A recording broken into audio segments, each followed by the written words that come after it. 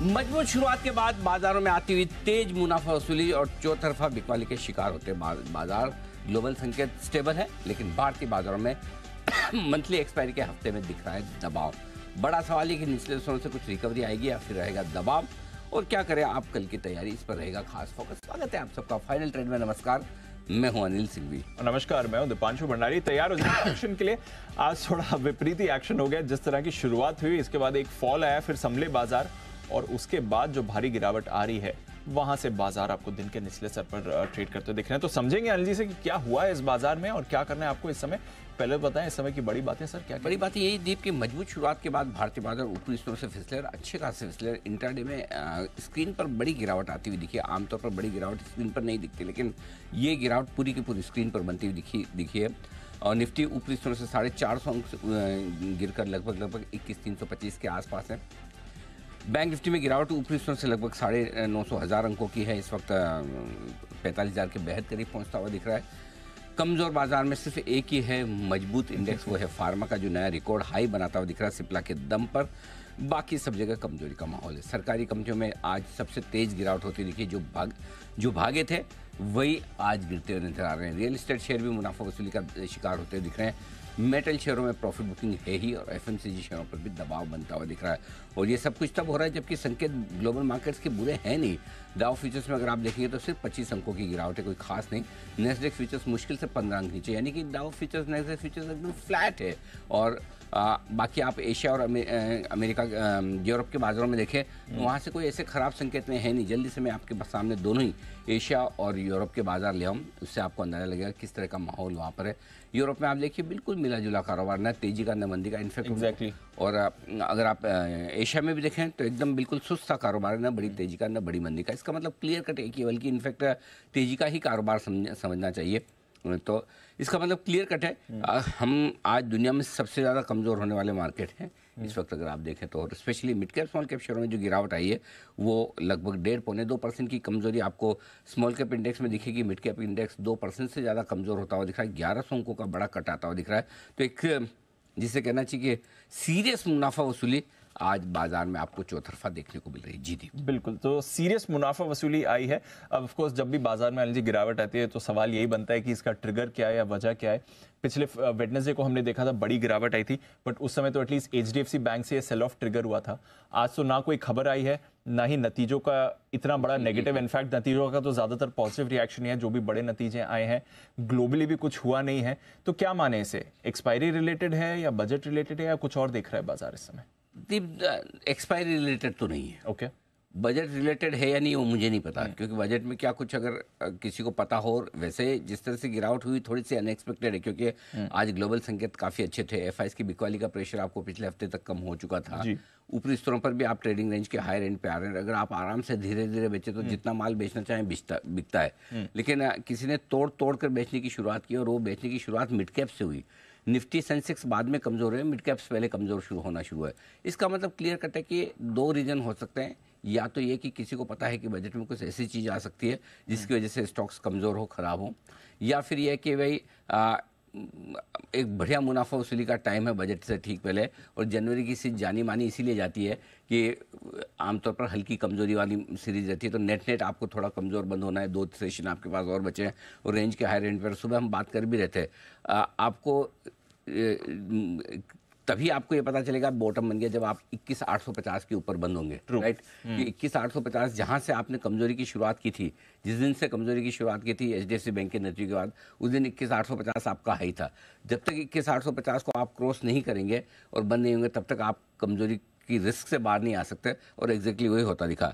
आज सुबह हमारी डीप जो शॉर्ट करने की रेंज थी वो भी 21,750 21,850 की। तो एग्जैक्टली 21,750 पे हाई रेंज पे उसने शॉर्ट करने का बिल्कुल लेवल वहीं छुआ है। बैंक निफ्टी भी 46,500 के ऊपर टिक नहीं पाया। 46,500 45,500 ट्रेडिंग रेंज थी। अनफॉर्चुनेटली दोनों ही निफ्टी और बैंक निफ्टी ने जनवरी महीने के लोज बनाए हैं आज के सेशन में। सो आई थिंक थोड़ा सा शॉर्ट टर्म ट्रेंड डिस्टर्ब तो हुआ है, इसमें कोई डाउट नहीं है। अब क्लोजिंग होते होते अगर थोड़ी ठीक ठाक सिचुएशन आ जाए तो अलग बात है। और अगर क्लोजिंग में आप अब तक का जो इस महीने का लो रहा है उसके नीचे बंद नहीं होते, जो 21,448 राउंड फिगर में 21,450 समझ ले, अगर 21,450 के आसपास या इसके ऊपर बंद हो जाते हैं तब तक तो फिर भी इतने बुरे नहीं है। लेकिन उसके नीचे नीचे बंद होता है तो आप थोड़ी सी रिस्क नीचे की खोल रहे हैं, और ये रिस्क नीचे में 21,150 से लेकर 20,975 तक की आती है, वहाँ तक आप फिसल सकते हैं। ये नेक्स्ट आपके लिए बड़े लेवल है। बैंक निफ्टी का जहाँ तक सवाल है, 45,000 के आसपास जो आखिरी सपोर्ट है, लगभग उसके आसपास ट्रेड कर रहा है। नीचे के लेवल मेरे हाथ में है नहीं। Correct. सोचा नहीं था सुबह की जरूरत पड़ेगी तो इसलिए निकाले भी नहीं। अभी लग रहा है कि निकालने की जरूरत पड़ेगी। और ये सब कुछ तब हो रहा है जबकि आईसीआईसीआई बैंक मजबूत है, 1.25% आईसीआईसीआई बैंक मजबूत है। आईसीआईसीआई बैंक के नंबर्स खराब नहीं, सिप्ला 8% ऊपर है नतीजों के दम पर। हमारा stock of the day Petronet LNG 5% sorry budget से, तो जो अच्छा है वो अभी भी अच्छा है। और मजे की बात है कि आज जो बड़े शेयर हैं वो कम घट रहे हैं। छोटे शेयर मसलन रेलवे शेयर कोई भी उठा के देख लें, इरकॉन से लेकर राइट से लेकर रेलटेल से लेकर आज सबसे ज्यादा प्रॉफिट बुकिंग सरकारी कंपनियों पे आती हुई दिखी है। सो ये सारी चीजें हैं, ये हो रही है तो ठीक है। थोड़ा सा जनवरी सीरीज को आपको इसी तरह से देखना है, थोड़ा सा ऊपर में, इसीलिए बार बार हम कह भी रहे हैं कि थोड़े बेचते भी रहें ताकि नीचे के लिए जगह रहे। ऐसा भी नहीं कि कोई मतलब टॉप बन गया और वापस आप 22,124 राम मंदिर के साथ ही खत्म हो गया, वापस नहीं आएगा, ये ऐसा कुछ नहीं है। लेकिन थोड़ा वक्त है, आपको 2 चीज़ें करनी है। पहला, गुरुवार तक अपनी पोजीशन संभालनी है, मंथली एक्सपायरी तक, अगर आप वायदा कारोबार में कोई लीवरेज पोजीशन में तो। दूसरा, बजट तक आपको कैश मार्केट की पोजीशन संभालनी, तो अपने एक्सपोजर को कम कर ले, बाकी और कुछ नहीं, ताकि नीचे में आपको मौका मिले तो फिर से खरीदारी का देखें। आज मैं शाम को बैठकर लेवल निकालूंगा कि वो कौन सा एंट्री लेवल होगा जहां पर अगर आपको पैसा लगाना है तो एंट्री करनी चाहिए। Right.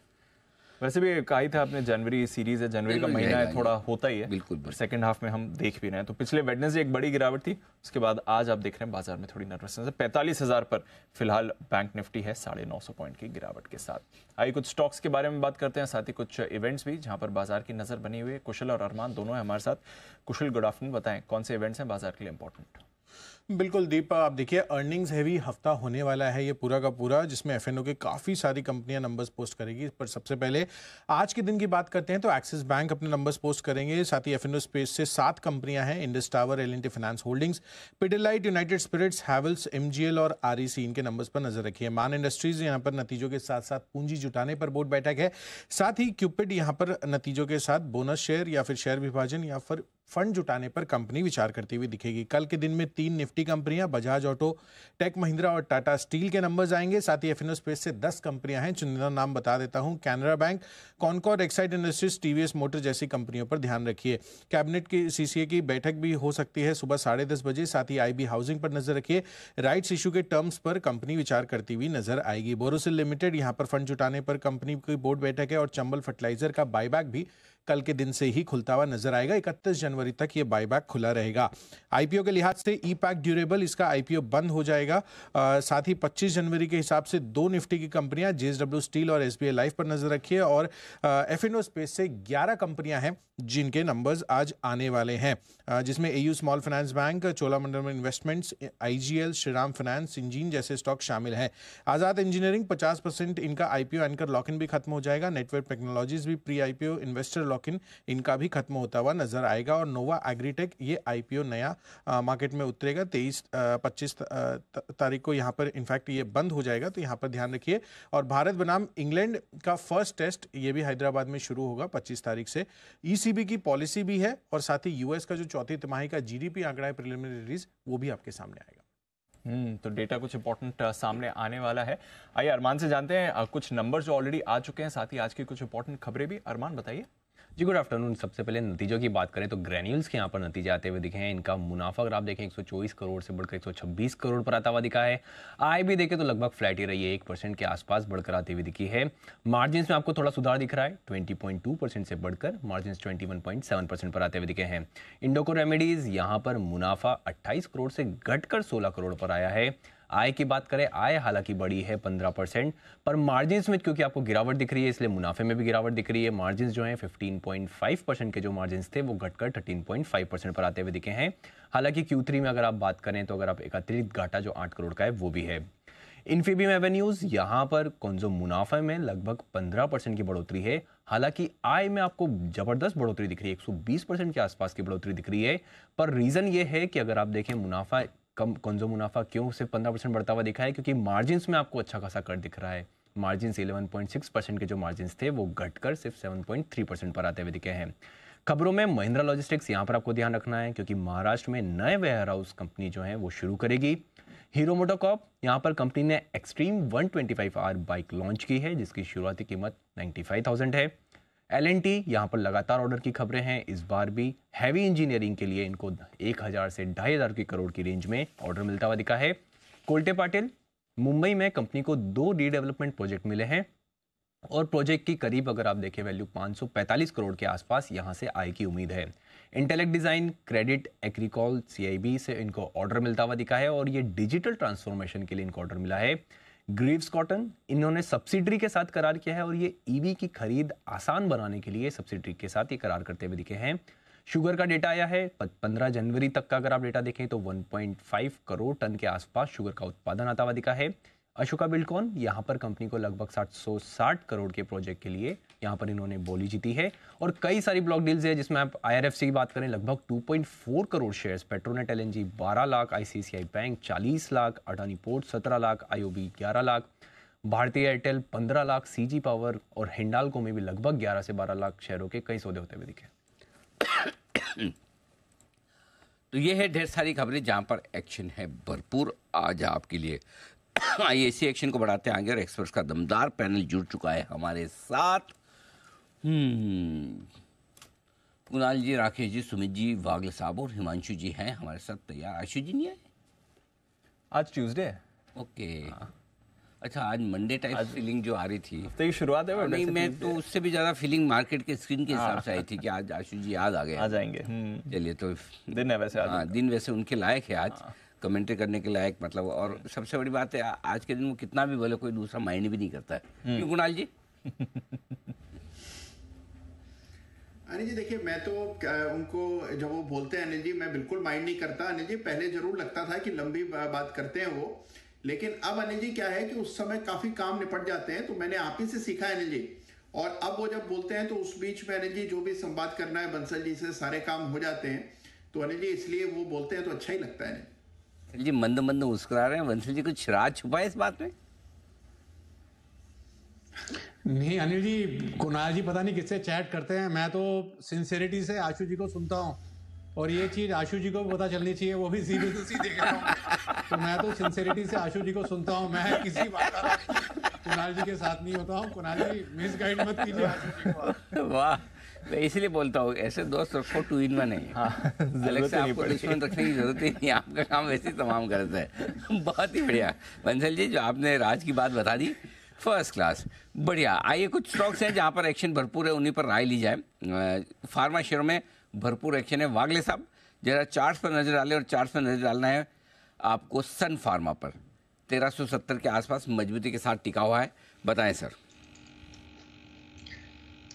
Anil ji good afternoon. Deepanshu good afternoon. Anil ji सबसे पहले ये मेरे रडार पर आया था, लेकिन ये मेरा इसमें लॉन्ग टर्म होल्डिंग है, इसके लिए मैं इसको ज़्यादातर प्रिफर नहीं करता हूँ। लेकिन आपने पूछा है तो मैं कहूँगा कि आज एक फ्रेश ब्रेकआउट आया है और इसके हमने जो 500 550 में हमने जो बाय दिया है हम अभी भी होल्ड कर रहे हैं और अभी भी मेरा कोई इरादा नहीं है बुक करने का। मुझे लगता है targets on the upside revise करने चाहिए। अगर कोई लॉन्ग टर्म इन्वेस्टर है तो 1250 1260 का स्टॉप लॉस ट्रेल करिए, जो भी वेल इन द मनी है। और मेरा इमीडिएटली मतलब कुछ महीनों के लिए ये इसका टारगेट 1450 से 1480 है, 3 से 6 महीने का व्यू है और शायद उससे भी ऊपर ये स्टॉक जा सकता है। सन फार्मा बढ़िया मोमेंटम में आपको इस समय दिख रहा है। आइए REC के नतीजे आते हुए आपको दिखे हैं।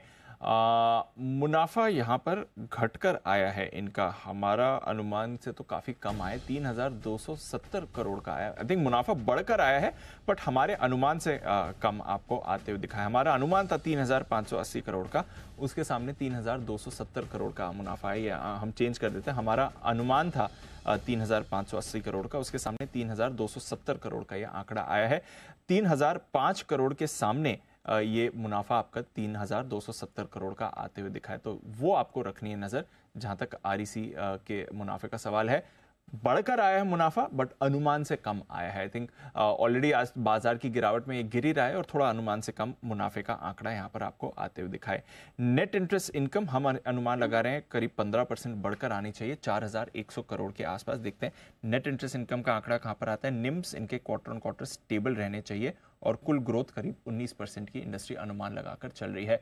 कुणाल जी, बाकी नंबर्स आते हैं, मैं आपके लिए अपडेट भी करता हूं, तब तक एक बार जरा REC इसके चार्ट पर राय दें। आज तो ऑफ कोर्स बाजार के साथ ये भी काफी कमजोर हुआ है।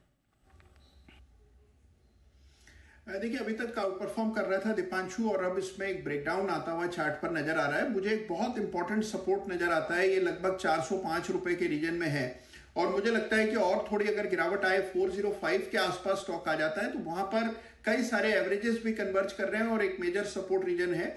तो मेरी राय में उन स्तरों पर यह स्टॉक रुकना चाहिए 405 के आसपास। कोई खरीदारी की राय नहीं है। 405 का लेवल अलबत्ता टूटता है तो जिनके पास लॉन्ग पोजीशंस हैं एक बार के लिए प्रॉफिट बुक करने की राय। ओके, तो ये है आपके लिए 405 के लेवल के नीचे ही खराब होगा, वो तो अभी काफ़ी दूर है। लेट्स सी हम वहाँ तक पहुँचते हैं या नहीं। फिलहाल REC आपके लिए ये नंबर सब आप NII आंकड़ा अच्छा है यानी जी 18% की नेट इंटरेस्ट इनकम ग्रोथ देखिए 3525 करोड़ से बढ़कर 4160 करोड़ की आई। तो नेट इंटरेस्ट इनकम आपके अनुमान से आई है। अब देखिए मुनाफे का आंकड़ा भी बढ़कर आया, अनुमान से थोड़ा कम है बट नॉनदलेस बढ़कर आया मुनाफा। तो अब आपके सामने नंबर्स इफेक्ट होने, एक वो थोड़ा अनुमान को प्रीवियस बेस चल गया था वो, बट एसेंशियली 18% की नेट इंटरेस्ट इनकम अच्छी मानी जाएगी। 18% ग्रोथ की हमारे अनुमान से तो बेहतर ही है, आपको आती हुई दिखिए। तो नंबर्स ठीक है बट आई थिंक मुनाफे का आंकड़ा थोड़ा अनुमान से कम है। देखना पड़ेगा इनके निम्स क्या है, वहां पर क्या है। मेरे ख्याल से निम्स भी ऐसा लग रहा है कि थोड़ा दबाव वाला मामला नजर आ रहा है। दीप, तो एक बार जरा देख लेते हैं कि किस तरह का एक्शन यहाँ पर होता हुआ दिख रहा है। तो on the face of it number profit के लिहाज से थोड़े ढीले ढाले दिख रहे हैं। अनुमान से कम है सर, अनुमान से कम है, लेकिन एक बार विस्तार से देखते स्टॉक कितना 6% नीचे। ओह माय गॉड, ऑलरेडी 6% काफ़ी कमज़ोर तो है ही, इसमें कोई डाउट नहीं है। इसके नंबर्स पे नज़र रखिए एक बार। नेट इंटरेस्ट मार्जिन और नेट इंटरेस्ट इनकम तो ठीक है, लेकिन नेट इंटरेस्ट मार्जिन आ जाए तो एक बार आइडिया लगे कि वाकई में कितनी कमज़ोरी स्टॉक में हो सकती है। लेकिन एक अच्छी तेज़ी के बाद आज सारी सरकारी कंपनियों में वैसे भी मूड ख़राब है, और उस मूड ख़राब में ये नंबर्स वैसे तोड़ फोड़ नहीं है जिसको देख के कि आपको एकदम एग्जैक्टली वैसे नंबर करेक्ट। वो थोड़ी सी जो रनअप स्टॉक में चल रहा था, हाँ, उस रनअप को देखते हुए मुझे लगता है कि स्टॉक थोड़ा सा कमज़ोर होता हुआ दिख रहा है। तो नंबर्स फिलहाल कमज़ोर है। स्टॉक डे लो पर 430 के आसपास, 431 के आसपास आता हुआ दिख रहा है। कुछ और डिटेल्स आती हुई दिख रही है, एक बार जरा स्टैंड अलोन नंबर्स भी मेरे ख्याल से आते हुए दिख रहे हैं। स्टैंड अलोन नंबर्स, अच्छा स्टैंड अलोन नहीं, कुछ और डिटेल्स नहीं सर। निम्स का मैं इंतजार कर रहा हूँ, बस जैसे ही निम्स आते हैं मैं अपडेट करता हूँ। कोई एसेट क्वालिटी तो इसमें कुछ ज़्यादा आपको वैसे परेशानी की ज़रूरत नहीं होती। निम्स ही इसके लिए इंपॉर्टेंट रहेंगे, किस तरह की बोरिंग कॉस्ट रही है वो भी देखना इंपॉर्टेंट रहेगा। बट उतने खास नंबर्स नहीं है जो आपने पॉइंट करा, वो डेफिनेटली इसमें नहीं दिख रहे हैं। आइए हिमांशु जी के पास चलते हैं। शो का पहला बिगुल है उनके पास, आइए बिगुल उनके लिए हिटमैन हिमांशु।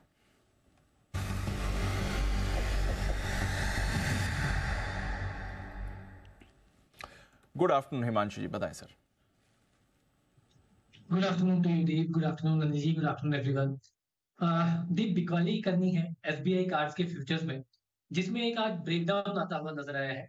ये स्टॉक एक अंडर परफॉर्मर स्टॉक रहा है दीप, और आज के सेशन में एक इंपॉर्टेंट ट्रेंड लाइन का सपोर्ट यहाँ पर टूटता हुआ नजर आ रहा है। मेरा मानना है कि ये स्टॉक यहाँ से एक अच्छी गिरावट दिखा सकता है। तो SBI कार्ड्स के फ्यूचर्स में करंट लेवल्स पर बिकवाली करके चलने की सलाह रहेगी। स्टॉप लॉस 732 रुपए का मेंटेन किया जा सकता है। डाउन साइड पर पहला टारगेट जो है मेरा ऐसा मानना है कि 715 और इवेंचुअली 700 रुपए तक की भी गिरावट इसमें आने वाले 1 से 2 दिनों में देखने को मिल सकती है। SBI कार्ड यहाँ पर सेल कॉल आ रहा है हिमांशु जी की तरफ से, नजर रखिए। आज वैसे पूरे बाजार में ही प्रेशर है, 2.5% नीचे ये काउंटर ट्रेड कर रहा है। सुमित जी के पास चलते हैं, बिगुल उनके लिए सुमित का super hit.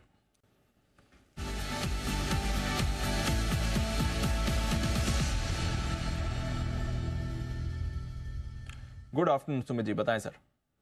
Good afternoon Deepanshu, sell मेरे रडार पे आया। स्टॉक का अभी फ्यूचर्स में भाव चल रहा है 801 रुपया, 802 रुपया, 801 का अभी भाव है। स्टॉक का नाम है टाटा मोटर। टाटा मोटर में एक अच्छी खासी तेजी के बाद प्रॉफिट बुकिंग के संकेत मिल रहे हैं। आज स्टॉक ने ऊपरी लेवल से दबाव दिखाया है और पिछले 3 दिनों के लो ब्रेक कर रहा है। तो यहाँ से एक अच्छी तेजी के बाद प्रॉफिट बुकिंग मिलना स्वाभाविक है। यहाँ से थोड़ा प्रॉफिट बुकिंग देखने को मिल सकता है। बिकवाली करें, जिन्होंने सेल किया है वो लोग होल्ड करें। स्टॉक का जो ऊपर में इमीडिएट रेजिस्टेंस है 815 820 के पास है, तो 820 के स्टॉप लॉस से टाटा मोटर में 2-3 दिनों के लिए बिकवाली कर सकते हैं। नीचे में जो टारगेट देखने को मिल सकता है, पहला टारगेट 780 रुपए का, दूसरा टारगेट 770 रुपए का। बिकवाली करें टाटा मोटर। 780 770 ये हैं दो टारगेट्स, बिकवाली करनी है टाटा मोटर्स, इस पर भी प्रेशर आ रहा है। तो बाजार के कुछ जो रीसेंट फेवरेट स्टॉक्स हैं वहां पर भी आपको आज दबाव आते हुए दिखेगा। एक और रीसेंट फेवरेट स्टॉक है IRCTC। ऑफ कोर्स आज वायदा कारोबार के बैन में भी आ गया तो उसका भी एक इम्पैक्ट है, बट जिस तरह की रैली हुई है वहां से एक शार्प मुनाफा वसूली इसमें आ रही है। 7.5% का कट आपको IRCTC जैसे काउंटर में भी दिखेगा, इस पर भी रखिए नजर। BHEL, इस पर भी प्रेशर बना हुआ है। एक बार जरा बंसल जी से BHEL के चार्ट पर राय लिया। बंसल जी, शार्प फॉल आया BHEL में, 205 के आसपास फिलहाल संभलने की कोशिश कर रहा है। जरा चार्ट देखें सर इसकी। गुड आफ्टरनून दीपांशु, एक करेक्शन देखने को मिल रही है, एक हेल्दी करेक्शन है, नीचे से एक बड़ा अपमूव देखने को मिला है। तो दीपांशु डिलीवरी वाला स्टॉक है, नीचे में खरीदारी की राय होगी। अगर करेक्शन डीपन होती है 180 के नीचे आता है तो फ्रेश खरीदारी की राय है डिलीवरी में। और किसी ने अगर दीपांशु ट्रेडिंग के लिए ले रखा है, इंट्राडे BTST के लिए ले रखा है, तो पिछले 2 दिन के लोस क्रैक कर दिए। तो ट्रेडिंग का तो नियम है 2 दिन के लोस टूटे तो निकलना चाहिए। ट्रेडिंग के लिए लिया है तो फिर आप निकलने की कर सकते हैं, बट अगर आप खरीदारी की सोच रहे हैं तो कुछ और नीचे आने दीजिए तो अच्छे लेवल्स हो जाएंगे खरीदारी के लिए। BHEL फिलहाल ऑफ कोर्स मुनाफा वसूली काफी शार्प इस पर भी आपको आती हुई दिख रही है। HPCL एक और ट्रेडर फेवरेट स्टॉक जहां पर आज आपको वीकनेस दिखेगी, करीब 6-6.5% नीचे HPCL का भी काउंटर आपको दिख रहा है। एक बार वागले साहब से HPCL के चार्ट पर भी राय लेते हैं। वागले साहब जरा देखें सर, HPCL क्या चल रहा है इसमें? दीपांशु काफी गिरा है, तो यहाँ पर तो बेचने का सवाल नहीं है क्योंकि एक सपोर्ट एरिया के आसपास आ रहा है। ये अभी 440.85 441 के आसपास है। मुझे संभव लगता है कि यहाँ से बाउंस करना चाहिए। पिछला स्विंग लो लगभग 438 439 का था, जहाँ से अच्छा चला था।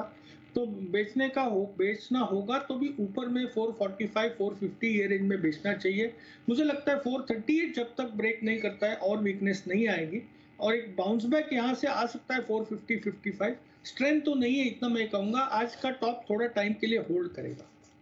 ओके, ये है आपके लिए HPCL। स्ट्रेंथ तो आपको खैर दिख ही नहीं रही है, बहुत ही कम स्टॉक्स हैं बाजार में जो आपको इस समय स्ट्रेंथ दिखाने के मूड में हो। एक हीरो मोटो है जो डेफिनेटली आपको अच्छे होल्ड आउट दिखा रहा है, वहां पर रखिएगा नजर, इस पर मूव आ रही है। लुपिन भी होल्ड आउट कर रहा है। सन फार्मा की अभी हम बागले साहब से बात कर ही रहे थे, तो थोड़े स्टॉक्स हैं जो आपको एक्शन में दिख रहे हैं, बट ज़्यादा कुछ स्ट्रेंथ की बात इस समय बाजार में आपको आती हुई नहीं दिखेगी। इनफैक्ट टॉप लूजर्स की बात करें, रियल एस्टेट आज काफ़ी भारी पिटाई हुई है। ओबरॉय रियल्टी तो हम सुबह से ही ट्रैक कर रहे हैं, but even DLF, Godrej properties, Sobha, ये सारे स्टॉक्स आपको भारी भरकम पिटाई दिखा रहे हैं। DLF एक बार इसके चार्ट पर भी नजर डालते हैं। ओबरॉय रियल्टी तो सुबह से ही हमारे रेडार पर है। कुणाल जी, DLF आज इसमें भी शार्प फॉल है सर, 4.5% 5% नीचे इस समय दिख रहा है। 740 पर अगला सपोर्ट कहाँ आता है इसके लिए? देखिए डेफिनेटली आज गिरावट देखने को मिल रही है दीपांशु, और मुझे लगता है कि स्टॉक जिस प्रकार का मोमेंटम आज इसमें डाउनसाइड की तरफ चल पड़ा है, मुझे लगता है ये स्टॉक 50 डेज मूविंग एवरेज की ओर मीन रिवर्जन के लिए बढ़ रहा है। तो यहाँ पर आपको 710 715 के लेवल्स भी हो सकता है देखने को मिल जाए। तो कोई खरीदारी की जल्दबाजी नहीं है, मौजूदा स्तरों पर वेट एंड वॉच करें। स्टॉक में करेक्शन आ रहा है और इस करेक्शन में नीचे के लेवल्स पर जरूर इसमें खरीदारी के बारे में सोच सकते हैं, लेकिन फिलहाल करेक्शन चल रहा है। 710 715 के लेवल्स भी मुमकिन है। और डिस्क्लेमर यह है दीपांशु, इसमें मध्यम से लंबी अवधि से मेरा निवेश। ओके, तो ये है आपके लिए DLF, और इस बीच कुछ फ्रेश कमजोरी और होती दिख रही है REC के काउंटर पर। और REC आप देख सकते हैं और 14% के आसपास की ग्रोथ है, जो कि कंपेरेटिवली थोड़ा से कम मानी जाएगी, क्योंकि बैंक्स उसके सामने देखें 20 से 25% की ग्रोथ दिखा रहे हैं। और अगर REC 14% की ग्रोथ है तो सबसे बड़ी बात ये दीप की स्टॉक डबल से ज़्यादा हो चुका है। तो जिन वैल्यूशंस पे ट्रेड कर रहा है वहाँ पर नंबर्स में थोड़ा सा मुझे लग रहा है कि लोगों को डिसअपॉइंटमेंट ज़्यादा होता दिख रहा है। शायद यही वजह कि अब थोड़ा सा दिक्कत है, थोड़ी सी कॉस्ट बढ़कर आती हुई दिखी। अदर इनकम में 10% की बढ़त है, शायद उस वजह से नंबर्स उतने ख़राब नहीं दिख रहे हैं। तो नेट इंटरेस्ट इनकम के हिसाब से तो मेरे ख्याल से थोड़ा सा कमजोरी वाला मामला यहाँ पर दिख रहा है। डे लो पर आता हुआ दिख रहा है, 8.5% बड़ा कट है। PFC भी एक बार लेकर आई आपके सामने। REC के साथ साथ PFC एक और स्टॉक हो सकता है जो कमज़ोर हो सकता है, जरा एक बार नज़र डाल लें PFC में भी क्या वाकई में आ रहा है सर, इम्पैक्ट आ रहा है। 8% सेम आ रहा है वो बिल्कुल, मतलब है तो आइडेंटिकल चार्ट है दोनों के बिल्कुल। REC PFC दोनों ही तेजी से घटते हुए दिख रहे हैं। तो इनको क्या कहना चाहिए, वो flag bearers, torch bearers PSU stocks के नहीं, झंडा यही लेकर चलते हैं, यही लेकर, बिल्कुल। इस रैली में तो यही था। इस रैली में दोनों ही स्टॉक है जो सरकारी कंपनियों का झंडा लेकर आगे बढ़ते दिखे रहे। अब बड़ी तेज मार पड़ती दिख रही। जी को छोड़ दे तो मेरे ख्याल से एफएनओ में सबसे ज्यादा गिरने वाले स्टॉक्स हैं क्या? हाँ सर, ओबरॉय रियल्टी, जी और फिर ये दोनों। और आरईसी पीएफसी अब तेजी से 420, माय गॉड, बड़ा तेजी से। क्या लेवल दिया था, किसके नीचे खराब होगा? कुणाल जी आपने कुछ शायद 420 ही दिया था कि आरईसी के लिए? नहीं, 405। नहीं अनिल जी, देखिए मैंने 405 का बड़ा लेवल दिया था और मेरा ये कहना है कि अनिल जी जिस प्रकार से पिछले कुछ दिनों का आरईसी का आप ट्रेंड देखें तो ये स्टॉक कंसोलिडेट कर रहा है। 405 के आसपास बड़ा सपोर्ट है, तो अगर ये लेवल टूट जाए 405, जो कि सपोर्ट भी है और मूविंग एवरेजेस भी काफी सारे इसी लेवल पर आ रहे हैं, तो आपको एक बड़ा ब्रेकडाउन यहां पर देखने को मिल सकता है। तो कोई खरीदारी की मेरी राय नहीं है। मुझे लगता है कि जिनके पास भी पोजीशन है अच्छे मुनाफे में है, 405 पर एक स्टॉप लॉस रखें। ओके, तो यह है आपके लिए पीएफसी आरईसी, दोनों में आपको बड़ी गिरावट दिख रही है। एसेट क्वालिटी में हल्का सुधार ही हमें देखा है, बट निम्स के आंकड़ों का हम इंतजार करें। एक बार निम्स के आंकड़े आ जाएं, फिर आपके सामने वो भी अपडेट करेंगे। बाजार डेफिनेटली खुश नहीं है इन नंबर से। आने वाले इंडस टावर्स के भी नतीजे आइए एक बार जान लिया जाए कुशल से, कैसे रहेंगे इनके नंबर्स। कुशल बताइए, इंडस टावर्स क्या है की एक्सपेक्टेशन? देखिए, नंबर्स के लिहाज से तो almost quarter on quarter basis पर फ्लैट सा ही रुझान एक्सपेक्टेड है, बट ऑफ कोर्स आप टेनेंट्स और जो रेंटल रेट है उसमें देखेंगे तो तिमाही आधार पर करीबन 5% की ग्रोथ हम उम्मीद लगाकर चल रहे हैं। ऑफ कोर्स रेवेन्यू फ्रंट पर ऑलमोस्ट आधे % के गेंस के साथ 7,162 करोड़ यह आंकड़ा एक्सपेक्टेड है। एबिटा लेवल पर लगभग 1.5% की ग्रोथ के साथ 3,500 करोड़ आ सकता है। मार्जिन कंपनी के 30 बेसिस पॉइंट्स बढ़कर क्वार्टर ऑन क्वार्टर बेसिस पर 48.5% से 48.8% अब आने की हम उम्मीद लगा रहे हैं, और मुनाफा भी ऑलमोस्ट फ्लैट रहेगा 1297 करोड़ पर। तो बहुत ज्यादा तेजी या मंदी का यहां पर रुझान नहीं दिख रहा है इनके रिजल्ट्स के पर्सपेक्टिव से, बट इस तिमाही में करीबन 6200 से ज्यादा टावर जुड़ने की उम्मीद लगाकर एक्सपेक्ट कर चल रहे हैं, क्योंकि भारतीय एयरटेल का 5G रोल आउट जो है वो काफी बढ़िया रहा है इस तिमाही में, तीसरी तिमाही में, और इसी कारण से इंडस टावर हो सकता है कि आपको फंडामेंटली जिस तरह के टावर एडिशंस होंगे वो काफी अच्छा प्रदर्शन करेगा, बट नंबर्स अभी QOQ बेसिस पर ऑलमोस्ट फ्लैट एक्सपेक्टेड है। QOQ बेसिस पर फ्लैट नंबर्स ही इस समय एक्सपेक्टेड है, कुछ ज्यादा बड़ा एक्शन यहाँ पर आना नहीं चाहिए। आइए, आशु सर भी हमारे साथ जुड़ चुके हैं इंडस टावर्स पर, तो ऑफ कोर्स हमने आशु सर से बात भी करी हुई है, बट एक बार बाजार पर आशु जी का व्यू लेते हैं। आशु सर, गुड आफ्टरनून। थोड़ा शार्प फॉल आ रहा है इस समय बाजार में, काफी तेज गिरावट हो रही है और बढ़ती हुई दिख रही है। आशु सर के लिए तो परफेक्ट मार्केट है। आशु सर, वैसे तो आप शो में थे, कैसे प्लान किया है अचानक से शो में जुड़ने का? अनिल जी, आप इतने प्यार से याद करें तो शो में कहाँ, मतलब आप कहीं पे भी बुलाएं अनिल जी वहां पे आ जाएंगे। ये तो शो है। अनिल जी, आपने इतने प्यार से याद किया। और दूसरी चीज अनिल जी, देखिए प्यार वाली बातें तो होती है, कोई याद में करता रहे, और जो कुणाल जी ने जो मीठी मीठी बातें मेरे बारे में की है ना अनिल जी, उसके लिए बहुत जरूरी हो गया कि उनको आंसर करना है। बजट तक करूंगा वैसे, लेकिन वो ये सोच रहे थे कि मतलब निकल जाएगा, ऐसे वो कुछ भी बोल देंगे, बट ऐसे निकल नहीं सकता अनिल जी। हाँ, नहीं, मतलब मैं इसीलिए मैं चाहता था कि आशु जी का मैसेज आया कि मैं ज्वाइन कर सकता हूँ। कुणाल जी के ने जिस तरह से बातें की, मैंने कहा बिल्कुल आ जाओ, बिल्कुल। तो हमारा तो प्यार हमेशा ही है, देखो हम तो याद करते हैं, हम तो जिस सिचुएशन में जो कैरेक्टर फिट होता है उसके लिए हम तुरंत याद कर लेते हैं। हाँ, तो अब बताइए क्या कहना है आपका कुणाल जी को? अनिल जी, कुणाल जी को तो आंसर इन पर्सन देंगे बजट वाले दिन। अच्छा, 4-5 दिन की बात है, तो उनके 4-5 दिन में क्यों खराब करूं अनिल जी ऑन एयर ऐसे, तो वहीं से प्यार मोहब्बत होगी। मतलब कुल मिला के आप ये कह रहे हैं इनडायरेक्टली इनका बजट तो खराब ही होना तय है।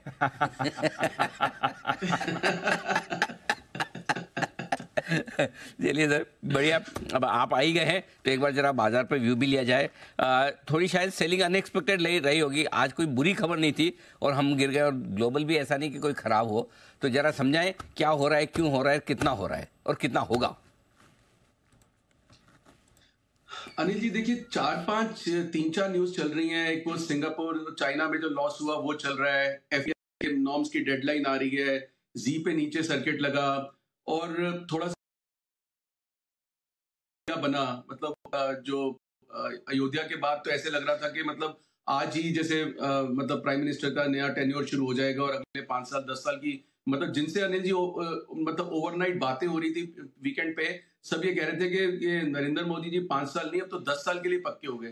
तो अनिल जी ये सारी चीजें कुल मिला के ना एक यूफोरिया बन रहा था। Having said that Anil ji, most important चीज आपको याद हो कि सैटरडे की मैं मतलब आउट ऑफ द वे जाके मैंने आपको एक चीज बोली थी कि ये स्क्रीन मुझे इतने सालों में एक पहली बार ये दिखा रही है कि स्टॉक्स को दिखा के इंडेक्स में डिस्ट्रीब्यूशन हो रही है। अनिल जी, एमेच्योर साइंस होते हैं, ये अनकैनी सिग्नल्स होते हैं जो पकड़ने पड़ते हैं, कभी राइट जाते हैं, कभी रॉन्ग जाते हैं। लेकिन अनिल जी, डिसिप्लिन ये कहता है, जो पिछले दिनों में बोल रहा था कि अनिल जी पैसे घर पे जो आ जाए ना, वो है बुक करके बैठना चाहिए। इतना इजी मनी सिचुएशन, इतना इजी मनी सिनेरियो, इतने इजी मनी सिंड्रोम, ये अनिल जी मतलब हमेशा देखे नॉट लास्ट फॉर एवर। आप भी बात करते हैं, हम भी बात करते हैं, लेकिन अनिल जी मार्केट इतना टेम्पटिंग लगती है कि जब बेच तो ऐसे लगता है कि यार इतनी बड़ी गलती कर दी प्रॉफिट बुक करके। ये सिग्नेचर फीलिंग होती है कि जब आप प्रॉफिट बुक करो और आपको गलती का एहसास हो कि यार मैंने प्रॉफिट बुक कर लिया, और उसके बाद आता तो कितना ज्यादा आ जाता है और इतना बढ़िया, इतनी तो यानी जी ये बहुत लंबा चल नहीं सकता। और एक चीज अनिल जी कि मतलब आप ये देखिए ना, स्टॉक्स में जो दिखा के जो इंडेक्स में डिस्ट्रीब्यूशन हो रहा था उसकी समझ नहीं आ रही थी। और बैंक्स में तो अनिल जी मैं वैसे ही मतलब कितने दिनों से आई वाज स्केप्टिकल। सिर्फ एक आईसीआईसी बैंक का एक कॉन्ट्रा ढूंढा था, वो भी रिजल्ट के बेसिस पे, और आज 40-50 रुपए ऊपर खुला, और अभी भी अनिल जी वो उससे ऊपर है।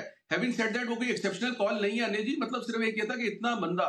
और अनिल जी बाकी बैंक जैसे एचडीएफसी बैंक, आपको अनिल जी मतलब एक स्टेटमेंट मेरी आपको बहुत याद है, जो एक पहले थी कि आईडीएफसी बैंक, पहले आईडीएफसी तो बन ले फिर एचडीएफसी। अब तो अनिल जी एचडीएफसी को देख के लग रहा है कि एचडीएफसी बैंक आईडीएफसी बैंक तो नहीं बन रहा, मतलब इस तरह की हालत है उसकी। और अनिल जी एक और मैं बात करता हूँ एसबीआई की। एसबीआई में अनिल जी पीएसक्यू बैंक के साथ पार्टिसिपेशन हर बार मतलब 6-7-8 बार हम बात कर चुके हैं, धोखा हुआ है। और उसके बाद अनिल जी जिस तरह से वो सारे लेवल तोड़ के आया, मुझे लगता है कि एक्सपायरी के लिए one of the highest overbought stock SBI भी बन गया एचडीएफसी बैंक के साथ। तो बैंकिंग में तो अनिल जी कोई बचने बचाने का मुझे कोई तरीका नहीं लगता। कहां तक नीचे जाता है Anil ji, it is very difficult call. Honestly अगर आप बोले कि हमने कोई सेल कॉल बहुत दी है एसबीआई के अलावा, कोई मुझे कोई इसकी सेल कॉल या एचडीएफसी बैंक के अलावा ऐसी कोई दिखती नहीं है। लेकिन हाँ, अपनी चीजें बुक करनी चाहिए, 100% करनी चाहिए अनिल जी। मतलब आपने बोला था, मैं जब बोल रहा था कि बिल्कुल इंटरेस्ट नहीं है अभी मार्केट में, क्योंकि कोई क्रेडिबल चीज ही नजर नहीं आ रही अनिल जी। वही एमसीपी थीम है, लेकिन एमसीपी थीम अनिल जी बाकी बाजार के साथ कब तक टिका रहेगा, थोड़ा तो गिरेगा ही। हालांकि आज भी अनिल जी आप देखिए, अगर ये नैल्को है, इंडस टावर है, ओएनजीसी या बाकी जो मतलब स्टॉक्स है, इतना या जोमेटो है, ये इतने सारे नहीं घटे हैं। लेकिन अनिल जी इंडेक्स जिस तरह से दिखा रहा है, अकेले नहीं बच सकते। जी में अनिल जी जिस तरह की गिरावट आई है, आई एम श्योर जो जी के अनिल जी ट्रेडर्स हैं उनके आज नेकेड डेबिट आए होंगे। नेकेड डेबिट की वजह से अनिल जी वहां पे सेल ऑफ होगा, उस सेल ऑफ का रिपल इफेक्ट कहीं और जाएगा। तो Anil ji all in all ये सारी चीजें जो मार्केट में चली है ना, it is not one thing, ये 4-5 चीजें मिला के मार्केट में हुआ है। इसका फॉल कहां रुकेगा Anil ji, again difficult question, difficult to answer. But एक चीज पक्की है अनिल जी, देखिए अनिल जी जो ट्रेडर है, अब आप रेलवे स्टॉक्स की बात करें, हम कई बार करते हैं, आप भी कई बार करते हैं कि 100% घट गया तो 15% बढ़ गया तो 15% घट जाए तो क्या फर्क पड़ेगा? बिल्कुल फर्क नहीं पड़ेगा, पढ़ना भी नहीं चाहिए। लेकिन अनिल जी क्या होता है, जो ट्रेडर्स होते हैं वो हर मूव में 2-2%, 20-20 रुपए बनाते हैं, और ऊपर वाली मूव में जब वो 50-60 रुपए जाते हैं तो सब अगला कमाया धमाया चला जाता है। तो वो इन्वेस्टर नहीं हो, ट्रेडर तो 4 बार रिटेल में एंटर करता है, 4 बार निकलता है, 4 बार एयरकॉन में एंटर करता है, 4 बार निकलता है। उनको बड़ी प्रॉब्लम आ जाती है जब ऊपर में चीजें अटक जाए, फिर जब कटती है तो बहुत बुरे से कटती है। तो अनिल जी सारी चीजें, एफपीआई वाली न्यूज भी अनिल जी छोटी नहीं है, और ये चाइना वाला तो चल ही रहा है। So all put together Anil ji ये सब चीजें हुई हैं, और आज लेवल्स तो अनिल जी बहुत बुरी तरह से टूटे हैं। और मतलब एक्सपायरी का प्रेशर, बजट की एक्सपेक्टेशन, अपने बोझ तले मार्केट अनिल जी कितनी गिरती है कहना मुश्किल है। लेकिन अपनी चीजें अनिल जी संभाल के बिल्कुल बुक करनी चाहिए। ऊपर से देखना चाहिए मेरा 20% जा रहा है, नीचे से 80% आ रहा है। It is always healthy and disciplined way to book profit. Always good to book profit. और इस बाजार में तो डेफिनेटली जिस तरह से आज गिरावट आ रही है, काफी शार्प सेल ऑफ है। आइए थोड़ी देर में अनिल जी डेटा भी अपना तैयार कर रहे हैं, उसके बाद स्ट्रैटेजी भी लेंगे सर से। तब तक वागले साहब है तैयार अपनी कॉल के साथ। वागले का वंडर।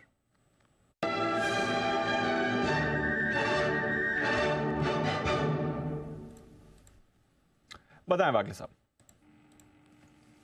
दीपांशु, एमएनएम फाइनेंस ने एक मल्टीपल सपोर्ट ब्रेक किया है 270 का। मुझे लगता है अभी करंट भाव 268.50 268.60 के आसपास है। यहाँ पर शॉर्ट करना चाहिए, एक 2 रुपए की सेलिंग रेंज होनी चाहिए। 270-350 का स्टॉप लॉस होगा, 5 रुपए की रिस्क होगी। ऑन द डाउन साइड में देख रहा हूँ ये 260 तक जा सकता है आज और कल में। ओके, तो यह है आपके लिए एमएनएम फाइनेंस, यहाँ पर आपको कमजोरी दिख रही है। वागले साहब की तरफ से सेल कॉल आ गया है। आइए अनिल जी भी तैयार है अपनी स्ट्रैटेजी के साथ, लेते हैं सर का व्यू।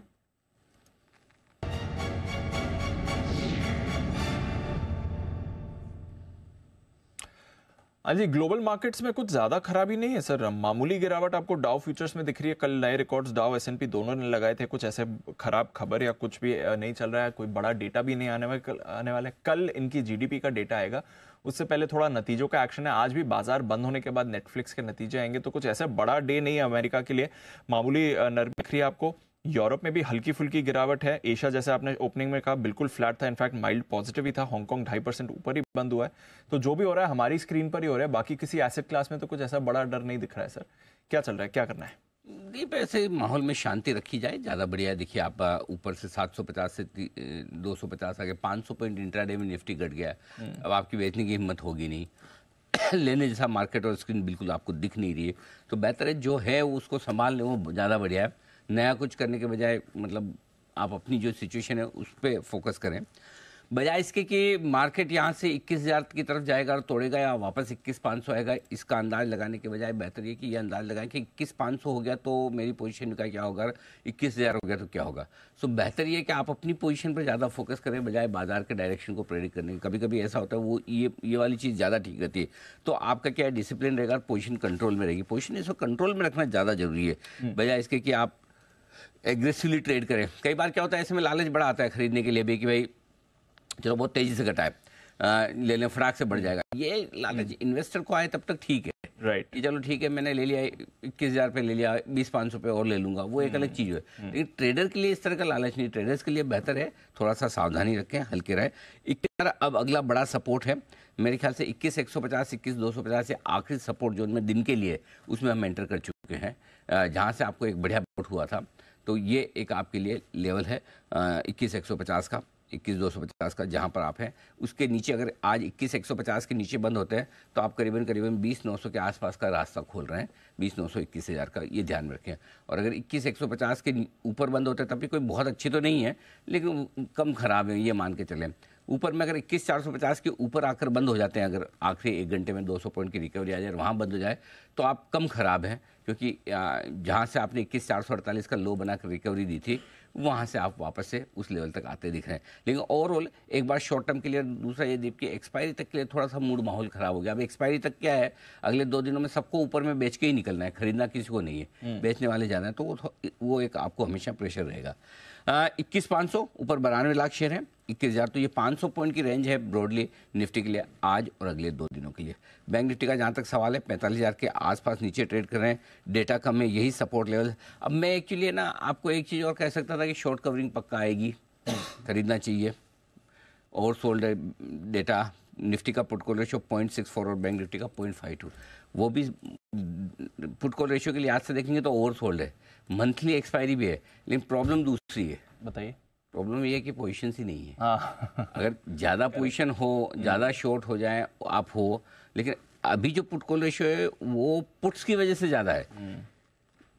21,200 से लेकर 21,500 हर एक लेवल पर 50-50 लाख शेयर पुट राइटर्स हैं, वो फंसे हुए हैं, राइट। इसलिए पुट कॉल रेशियो ज़्यादा है, तो इसलिए आप ये भी एक्सपेक्ट नहीं कर सकते एग्रेसिव शॉर्ट कवरिंग आ सकती है। Correct sir. उम्मीद अगर ये मार्केट घूमेगा तो सिर्फ एक वजह से कि आपका ग्लोबल ठीक ठाक है, और दूसरा ये कि अगर 500-700 पॉइंट ऊपर से घटते तो आमतौर पर लोकल फंड्स आपका लेने के लिए सपोर्ट के लिए आ जाते हैं।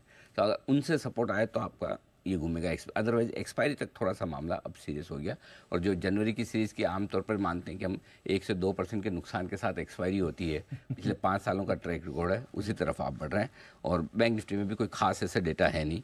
45,000 में एक और ब्रेक वाला मामला है। बिल्कुल 45,000 के नीचे ही आ चुका है। इनफैक्ट बैंक निफ्टी इस समय 1100 पॉइंट का कट आपको बैंक निफ्टी पर इस समय दिख रहा है। शार्प सेल ऑफ आ रहा है। चलिए, इंपॉर्टेंट लेवल्स और स्ट्रैटेजी अनिल जी ने आपको बताई दी है, देखते हैं अब बाजार यहां से कैसे बिहेव करेंगे। आइए, सुमित जी तैयार हैं एक कॉल के साथ। सुमित का सुपर हिट।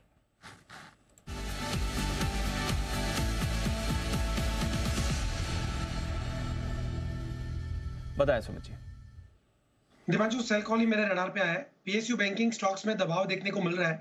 तो जो स्टॉक अभी मेरे रडार पे आया है पीएसयू बैंक का, उसका अभी भाव चल रहा है फ्यूचर्स के अंदर 604 रुपए, 605 रुपए, 604, 605 का अभी भाव है। स्टॉक का नाम है state bank of India, SBI। SBI के अंदर भी सेलिंग प्रेशर है। पिछले 10 दिनों के लो पे स्टॉक अभी आ चुका है और पिछले महीने भर में स्टॉक ने ऊपरी लेवल से सेलिंग प्रेशर दबाव दिखाया है। SBI भी यहाँ से और नीचे के लेवल दिखा सकता है, बिकवाली करे। जिन्होंने सेल किया है वो लोग होल्ड करें। स्टॉक का जो ऊपर में रेजिस्टेंस है 618 620 के पास है, तो 620 का स्टॉप लॉस लगा के एसबीआई में बिकवाली करके चलने का सलाह रहेगा। नीचे में जो टारगेट देखने को मिल सकते हैं 590 का इसका पहला टारगेट होगा, 580 का इसका दूसरा टारगेट होगा। तो ट्रेडिंग मोमेंटम के लिहाज से बिकवाली करें एसबीआई। करिए एसबीआई, ये है आपके लिए राय सुमित जी की तरफ से। आइए महानगर गैस, इसके भी आने वाले हैं नतीजे। स्टॉक सुबह तो थोड़े अच्छे एक्शन में ही दिख रहा था। एक बार वरुण से जानते हैं क्या एक्सपेक्टेशन है नतीजों के लिहाज से। वरुण बताइए। एमजीएल तो दीप थोड़े कमज़ोर नतीजे रहने वाले हैं इसके। वॉल्यूम के फ्रंट पे दिक्कत नहीं है, लेकिन थोड़े बहुत मार्जिन के फ्रंट पे शायद आपको दबाव देखने मिल सकता है। पहले मैं आपको नंबर्स बता देता हूँ। रेवेन्यूज़ 1515 करोड़, 3.5% की गिरावट। मार्जिन 30.5% से गिर के 26.7%, यानी कि ऑलमोस्ट 3-4% के आसपास की गिरावट यहाँ होने वाली है। और मुनाफा 17% गिर के 280 करोड़ पे आएगा। अब हमारा अनुमान कहता है कि कुल वॉल्यूम्स में 1% की बढ़ोतरी होगी। सीएनजी वॉल्यूम 2% बढ़ेगा। इनको देखिए, सब्सिडाइज गैस मिलता था तो उसका एलोकेशन जो है, बेसिकली एपीएम गैस का एलोकेशन जो है वो थोड़ा बहुत कम रहने का अनुमान है। और इसके लिए अगर आप देखेंगे मार्जिन्स में यहाँ गिरावट देखने मिलेगी, क्योंकि हर महीने आप देखते हैं कि जो गैस प्राइस का रिवीजन होता है, लेकिन इनको प्रायोरिटी सेक्टर में रखा गया है। इसके लिए एपीएम गैस एलोकेशन इनके लिए काफ़ी ज़रूरी है, जो उनको दिया भी जाता है। लेकिन हमने लगातार मैनेजमेंट से जब बात की तो उनका यही कहना था कि इनको पूरा एपीएम गैस अभी तक नहीं मिल रहा है, और उसका कहीं ना कहीं इम्पैक्ट जो है थोड़ा बहुत आपको इन कंपनियों के मार्जिन में देखने मिल सकता है, और रियलाइजेशंस में भी थोड़ी बहुत दबाव हो सकता है। तो overall operational performance weak, volume के फ्रंट पे ठीक ठाक। ऑपरेशनल परफॉर्मेंस वीक है, वॉल्यूम के फ्रंट पर ठीक ठाक नंबर्स आते हुए दिखेंगे। ओके एमजीएल, एक बार इस पर चार्ट पर राय भी ले लेते हैं। सुदीप शाह साहब भी हमारे साथ शो पर जुड़ चुके हैं। Sir good afternoon. वैसे तो आज पूरे बाजार में ही हिट है, सुबह से एमजीएल होल्ड आउट कर रहा था, अब इस पर भी थोड़ा प्रेशर आ रहा है, ऑलमोस्ट फ्लैट ही एक तरह से मानेंगे। क्या व्यू रखते हैं सर इस पे? नमस्कार दीपांशु। मुझे लग रहा है जो हिसाब से एमजीएल में हमने दबाव देखा है, बट दूसरे जो मिड कैप्स और लार्ज कैप्स में जो कट आए हैं उसके मुकाबले अभी भी कम है। तो जो हिसाब से ये गैस की कंपनीज है जो यहाँ पे थोड़ा एटलीस्ट स्ट्रक्चर फिर भी बेटर है, तो मुझे लग रहा है यहाँ पे अभी भी हमें सेल ऑन राइज वाला वो चार्ट का स्ट्रक्चर नहीं दिख रहा है। जो पिछले 3-4 दिन का जो 3 दिन का जो इनफैक्ट गुरुवार को एक बड़ी कैंडल आई थी 1311 रुपए तक की, अभी तक वो जो हाई है उसके नीचे भी स्टॉक फिसल नहीं रहा है। तो मुझे लग रहा है ओवरऑल 1295 के सपोर्ट के साथ यहाँ पे किसी की भी लॉन्ग पोजीशन है तो 1% का स्टॉप लॉस है यहाँ से। पर 1295 जब तक होल्ड करता है तब तक यहाँ पे एक चांस है कि एक बार फिर से स्टॉक 1330 1340 तक की रैली दिखा सकता है। 5 लेवल्स को एक स्टॉप मान के चले और इसके नीचे ही एग्जिट करें। ओके, तो ये है आपके लिए महानगर गैस, जहां पर आपको रखनी है नजर। गांधार ऑयल, इसके भी नंबर्स आपको आते हुए दिख रहे हैं। मुनाफा हल्की बढ़त दिखा रहा है, 43 करोड़ से 47 करोड़ का यहाँ पर मुनाफा है, तो 4 करोड़ की मुनाफे में बढ़त रही है। आय आपकी ऑलमोस्ट फ्लैट ही 1098 करोड़ से 1103 करोड़ है। 5 करोड़ आय में बढ़त देखिए, 4 करोड़ मुनाफे में बढ़त देखिए, कुछ ज़्यादा खास नंबर्स दिख नहीं रहे हैं। कामकाजी मुनाफा 70 करोड़ से बढ़कर 86 करोड़ का है, ये थोड़ा अच्छा आंकड़ा है। ऑपरेशनली थोड़े बेहतर नंबर्स दिख रहे हैं आपको, हालांकि रेवेन्यू फ्रंट पर ऑलमोस्ट फ्लैट ग्रोथ ही रही है, तो थोड़ी ऑपरेशनल एफिशिएंसी जरूर इस बार कंपनीज ने देखी है अपनी परफॉर्मेंस में। आइए आईडीएफसी फर्स्ट, इसके बारे में भी एक बार बात कर लेते हैं। वरुण, वैसे तो पूरा बाजार ही डाउन है, बट जब बाजार डाउन नहीं था, पूरा बाजार अप था, तब भी हमने देखा था आईडीएफसी फर्स्ट पर एक शार्प रिएक्शन आ रहा था। क्या कुछ फैक्टर्स रहे जिससे बाजार थोड़ा डिसअपॉइंटेड है, क्योंकि सुबह से ही स्टॉक पर प्रेशर बना हुआ है? डेफिनेटली दीप, तो नतीजे देखिए इतने खराब नहीं है, और इनफैक्ट इस पूरे स्पेस में अगर आप देखेंगे तो सबसे अच्छी ग्रोथ सिर्फ इस क्वार्टर में नहीं बल्कि पिछले काफ़ी सारे क्वार्टर्स में आपको आईडीएफसी फर्स्ट बैंक से ही देखने मिल रही है। इस बार भी अगर आप देखेंगे तो जहां पूरे इंडस्ट्री के नेट इंटरेस्ट मार्जिन गिर रहे हैं, इस कंपनी के नेट इंटरेस्ट मार्जिन बढ़े हैं। जहां पे अगर आप देखेंगे भले वो रिटेल डिपॉजिट ग्रोथ हो, एडवांसेस ग्रोथ हो, हर जगह अगर आप देखेंगे तो कंपनी के नतीजे अच्छे थे, कहीं से कहीं तक कोई दिक्कत की बात नहीं थी। सिर्फ इतना है कि प्रोविजनिंग बढ़ के आई थी, और प्रोविजनिंग में अच्छी खासी बढ़ोतरी हुई है, 45% साल दर साल, क्वार्टर ऑन क्वार्टर 24%। ये एक दिक्कत की बात थी। लेकिन बैंक ने जो अपनी गाइडेंस दी है, यानी कि जो इनका गाइडेंस 2.0 है, इसके पहले गाइडेंस 1.0 था, उसमें जो पिछले 5 साल में इन्होंने ग्रोथ रजिस्टर की है उसके मुकाबले ग्रोथ काफ़ी कम देखने मिल रही है। लोन्स एंड एडवांसेस को अगर आप देखेंगे तो 20.3% की लोन ये दर्ज करेंगे, ग्रोथ दर्ज करेंगे इन्होंने कहा है, जबकि इसके पहले 24.5 थी। डिपॉजिट में 24.8% दर्ज करेंगे CAGR ग्रोथ, जबकि इसके पहले करीब 43% के आसपास की थी। कासा डिपॉजिट 24.5% करेंगे, जबकि इसके पहले 28.6% के आसपास का था। नो डाउट आरओई में अच्छी खासी बढ़ोतरी का कह रहे हैं, लेकिन ग्रॉस एनपीएस देखिए ये कह रहे हैं कि 1.5% करेंगे, अभी जो 2.04% है। अगर आप इनके इंफ्रा बॉन्ड्स जो है उनको सेट असाइड कर दे, क्योंकि ये उस लोन बुक को लगातार कम कर रहे हैं, तो एक्सक्लूडिंग इंफ्रा बॉन्ड्स अभी भी ग्रॉस एनपीए 1.66 ही है, तो वहाँ से ज़्यादा नहीं 1.5 जाने वाला है। तो इसमें इसके लिए लोग मान रहे हैं कि कोई बहुत बड़ा रिडक्शन आप ग्रॉस एनपीए में करेंगे, ऐसा नहीं है। साथ ही साथ ब्रोकरेज हाउसेस को भी यही चिंता है, इन्होंने अपने जो लोन ग्रोथ का अनुमान है उनको 3 से 4% घटाया है, ईपीएस के अनुमान में 5 से 8% की कटौती की है और आरओए में भी कटौती की है। साथ ही साथ सीडी रेशियो, इसका भी सीडी रेशियो 101 के आसपास है, आप याद रखिएगा, तो उसको लेके भी ब्रोकरेज हाउस को थोड़ी चिंता है। और इसके लिए मॉर्गन स्टैनली ने भी यहाँ 5 रुपये प्राइस टारगेट काटा है, और इसके लिए आपने देखा नतीजे अच्छे होने के बावजूद कमज़ोर गाइडेंस के चलते स्टॉक में धुलाई हो गई। कमजोर गाइडेंस के चलते स्टॉक में धुलाई आपको होती हुई दिखी है। आइए चोपड़ा साहब भी हमारे साथ जुड़ रहे हैं और चोपड़ा साहब से भी बाजार पर बात करनी है, थोड़े बैंक्स के अर्निंग्स पर भी बात करनी है। चोपड़ा साहब, अब तक जो बैंक अर्निंग्स आई हैं ज्यादातर प्राइवेट बैंक्स के नंबर्स हैं, क्या ट्रेंड समझ में आ रहा है? एचडीएफसी बैंक के बाद बड़ा सेल ऑफ था, हालांकि आईसीआईसीआई बैंक के नंबर्स अच्छे रहे, आज स्टॉक भी थोड़ा एक्टिव था सुबह। कोटक और इंडसइंड के नंबर्स पर भी ठीक ठाक मूव आई, क्या समझना चाहिए? और आईडीएफसी गाइडेंस को लेकर बाजार निराश है, आपका क्या रीडिंग है सर? ठीक, मुझे लगता है कि नो डाउट बाजार में एक यूफोरिया हो रहा था। आई थिंक पिछले कई हफ्तों से मैं बार बार बोल रहा था कि मैं कॉशियस बुल हूँ, मैं बुलिश तो हूँ मगर कॉशियस भी हूँ, और बार बार मैंने ये बात बोली, जहाँ जहाँ पे प्रॉफिट्स हैं बुक करिए, रेलवे स्टॉक्स में बुक करिए, बैंकों में जहाँ पर कहीं पे यूफोरिया हो रहा है या कहीं पे भी हो रहा है, वो यूफोरिया को हमें फ़ायदा उठाना है और अंडर वैल्यूड स्टोरीज में जाना है।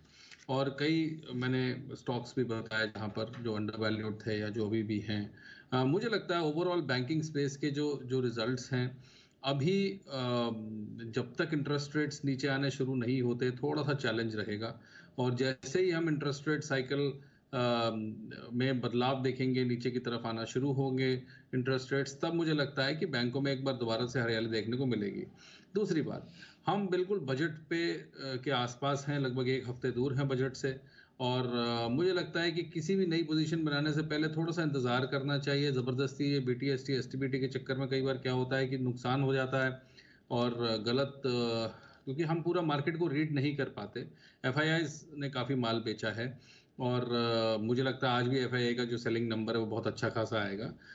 तो इस समय मुझे लगता है थोड़ा सा अवॉइड करना चाहिए। अगर आपके पास कैश है तो कैश इज किंग, निश्चित रूप से उसको आप गवर्नमेंट बॉन्ड में डाल के रख सकते हैं, मे बी इवन गोल्ड में, गोल्ड ETF में या सिल्वर ETF में डाल के रख सकते हैं अगर आपको समझ में नहीं आ रहा, या विड्रॉ करके बैंक में भी रख सकते हैं। तो मेरा ये मानना है कि अभी चाहे कोई भी सेक्टर हो, बहुत कम सिलेक्टिव मूवमेंट है स्टॉक्स में, तो थोड़ा सा अभी बजट तक वेट करना चाहिए। मार्केट्स मुझे लग रहा है थोड़े करेक्टिव हो रहे हैं और जो यूफोरिया है उसको वो सेटल डाउन हो रहा है या होने वाला है। तो मुझे लगता है थोड़ी बहुत अगर गिरावट हो जाती है, एक 19,500 के आसपास एक गैप है जो मुझे लगता है डर है, वहां तक भी मार्केट अगर करेक्ट हुआ तो बहुत हेल्दी हो जाएगा। अदरवाइज आई थिंक ये गिरावट जो है वो 20,800 20,900 तक भी सेटल हो सकती है। तो ये दो लेवल्स हैं जो मैं वॉच करूंगा। हम लोग यही रिकमेंड कर रहे हैं कि प्रॉफिट्स बुक करके या तो कैश पे बैठें या बहुत ही कंजर्वेटिव स्टॉक्स में जाएं। ये है राय आपके लिए चोपड़ा साहब की। गला साफ करके इसलिए बोल रहा हूँ ताकि आशु जी आपको ध्यान में आ जाए। अब आज मैं आप सब लोगों के सामने ये ऐलान करता हूँ, ये घोषणा करता हूँ कि मुझे आशु जी से अब डर नहीं लगता। नहीं लगता? मेरा आशु जी से डर एकदम कम हो गया। क्यों? Any guesses? कोई अंदाज लगा सकता है क्यों आप में से? जी कुणाल जी। अरे जी अब लगता है नहीं जी आपको चोपड़ा जी से डर लग रहा है। सही जवाब। एकदम 19,500 से डर लगता है, आशु जी से नहीं। जी आशु जी। अरे जी बिल्कुल सही जवाब, मेरा भी यही जवाब था जो कुणाल जी ने दिया। तो आशु जी अपने किताब की रक्षा नहीं कर पाए। आए तो जरूर टाइटल आप अपना नहीं रख पाए। Ashu ji sorry, better luck next time. लेकिन इस बार तो चोपड़ा साहब ने चुपचाप धीरे से, सर आपने इतना धीरे से बोला, आपको क्या लगा हमें पता नहीं चलेगा? बिल्कुल हमें पता चल गया। 19,500 वहां तक जाने, अगला लेवल जो निफ्टी। हाँ, अगर खराब हुआ तो वहां तक भी जा सकता है। जी आशु जी। जी चोपड़ा साहब जी।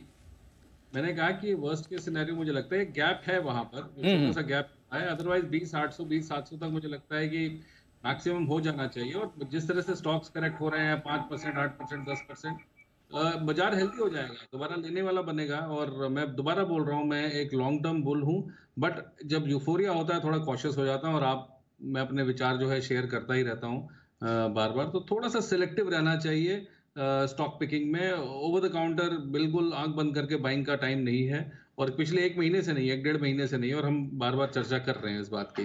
तो वर्स्ट का सिनेरियो है, मुझे नहीं पता ऐसा कुछ अगर गड़बड़ होने वाली है तो उस केस में कई बार मार्केट्स गैप जो इंडेक्स है वो गैप भरने आता है, संभावना है, बट वो होगी नहीं होगी इस बात के बारे में कहना बहुत मुश्किल है।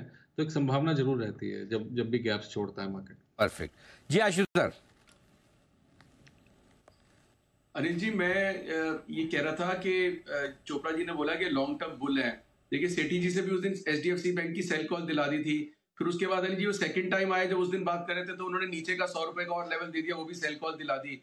अभी लॉन्ग टर्म बुल से अनिल जी सेल कॉल दिलवाने का तरीका ये होता है। तो मतलब ये भी हमारे जो ट्रैप में चोपड़ा जी भी बिल्कुल परफेक्ट आ रहे हैं और सेठी जी भी आ रहे हैं, तो आप इनको इनकी सेल कॉल ही मानिए। ये मतलब अपनी इमेज ना खराब हो जाए। हाँ। ये सब परमा बुल्स रहना चाहते हैं और साथ साथ ये नीचे के लेवल दे देते हैं और कहते नहीं शॉर्ट कॉल नहीं है, ये शॉर्ट कॉल ही होती है ये। अच्छा, सेठी जी का तो मैं आपको क्या बताऊं, जैसे पता चला कि आप आ रहे हो, मैंने अनाउंस किया, सेठी जी ने मैसेज कर दिया मेरा तो आज नोट है।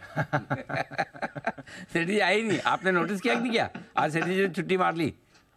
हाँ जी अनिल जी, आप बोलो तो फोन लगा के बात कर रहा हूँ। नोटिस किया तभी आप 2:31 में मेरे पास आ गए थे। हाँ, तो आज सेठी साहब ने हाँ नोटा का इस्तेमाल कर दिया है। ठीक है, लेकिन ये बात है वो उनका बनता है, वो साल में 1-2 दिन ही करते हैं और उसमें भी फिर ये कि कभी कभी फिर ज़्यादा मामला उनको ख़राब दिखता तो 1 के बजाय 2 के बजाय 3 भी स्टॉक। तो ये राय आपके लिए आती है इस मार्केट पर।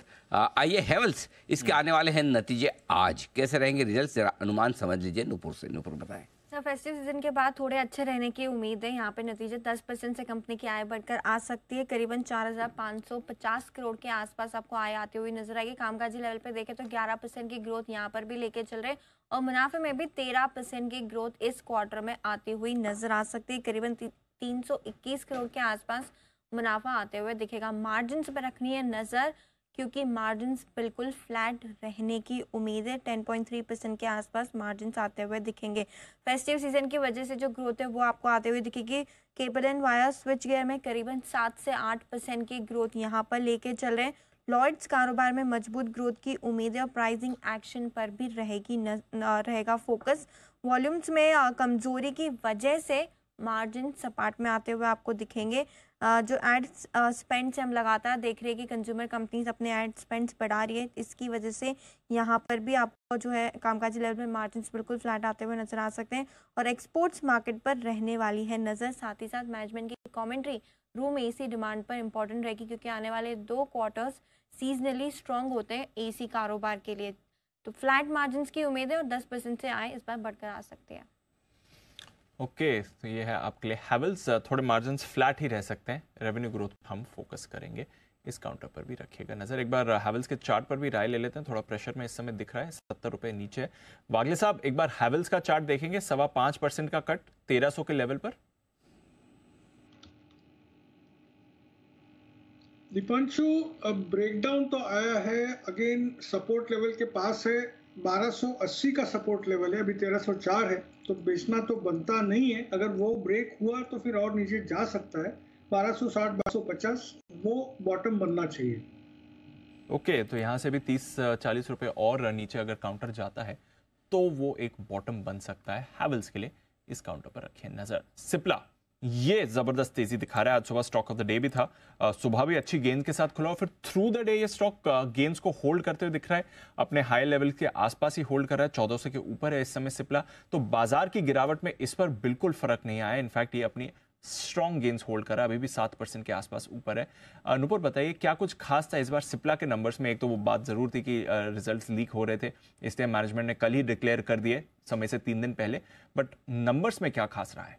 बिल्कुल, क्वार्टर के नतीजे अगर देखें तो आपको दमदार नतीजे आते हुए नजर आएंगे। कंपनी की आय देखें तो वहाँ पे 14% की ग्रोथ आते हुए दिखी थी, अनुमान से काफ़ी बेटर ग्रोथ यहाँ पे आई थी।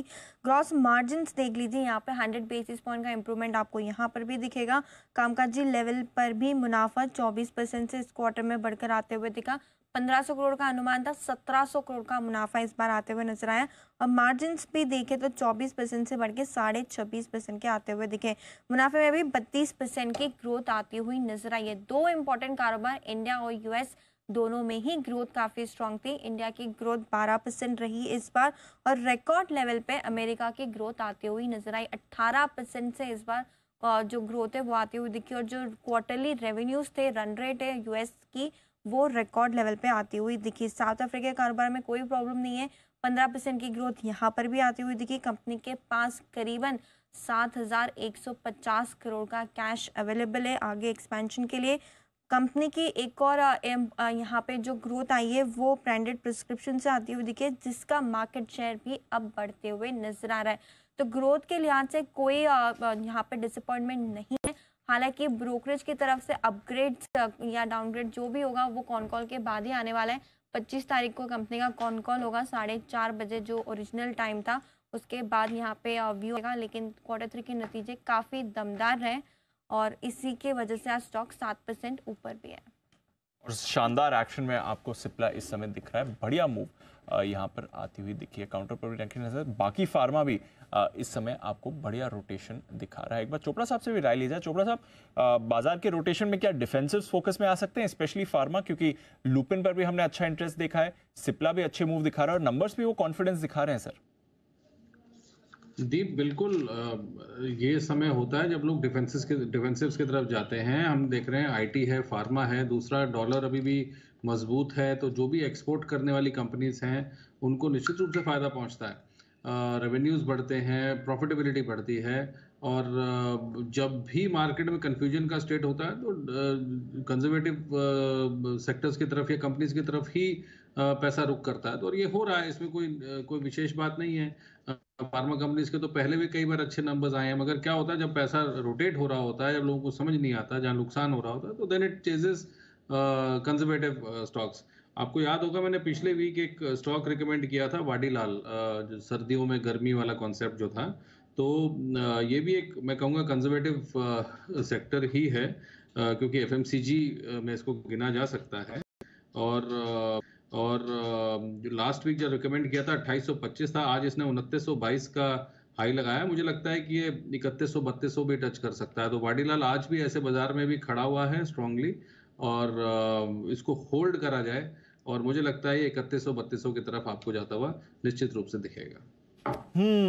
तो ये है आपके लिए चोपड़ा साहब की तरफ से राय। नजर रखिए कुछ काउंटर्स जो इस समय आपको अच्छी मूव दे सकते हैं। ऑफ कोर्स पिछले हफ्ते वाडीलाल पर तो चोपड़ा साहब की एक बढ़िया राय आई थी। आइए एक बिगुल हिमांशु जी के लिए, हिटमैन हिमांशु।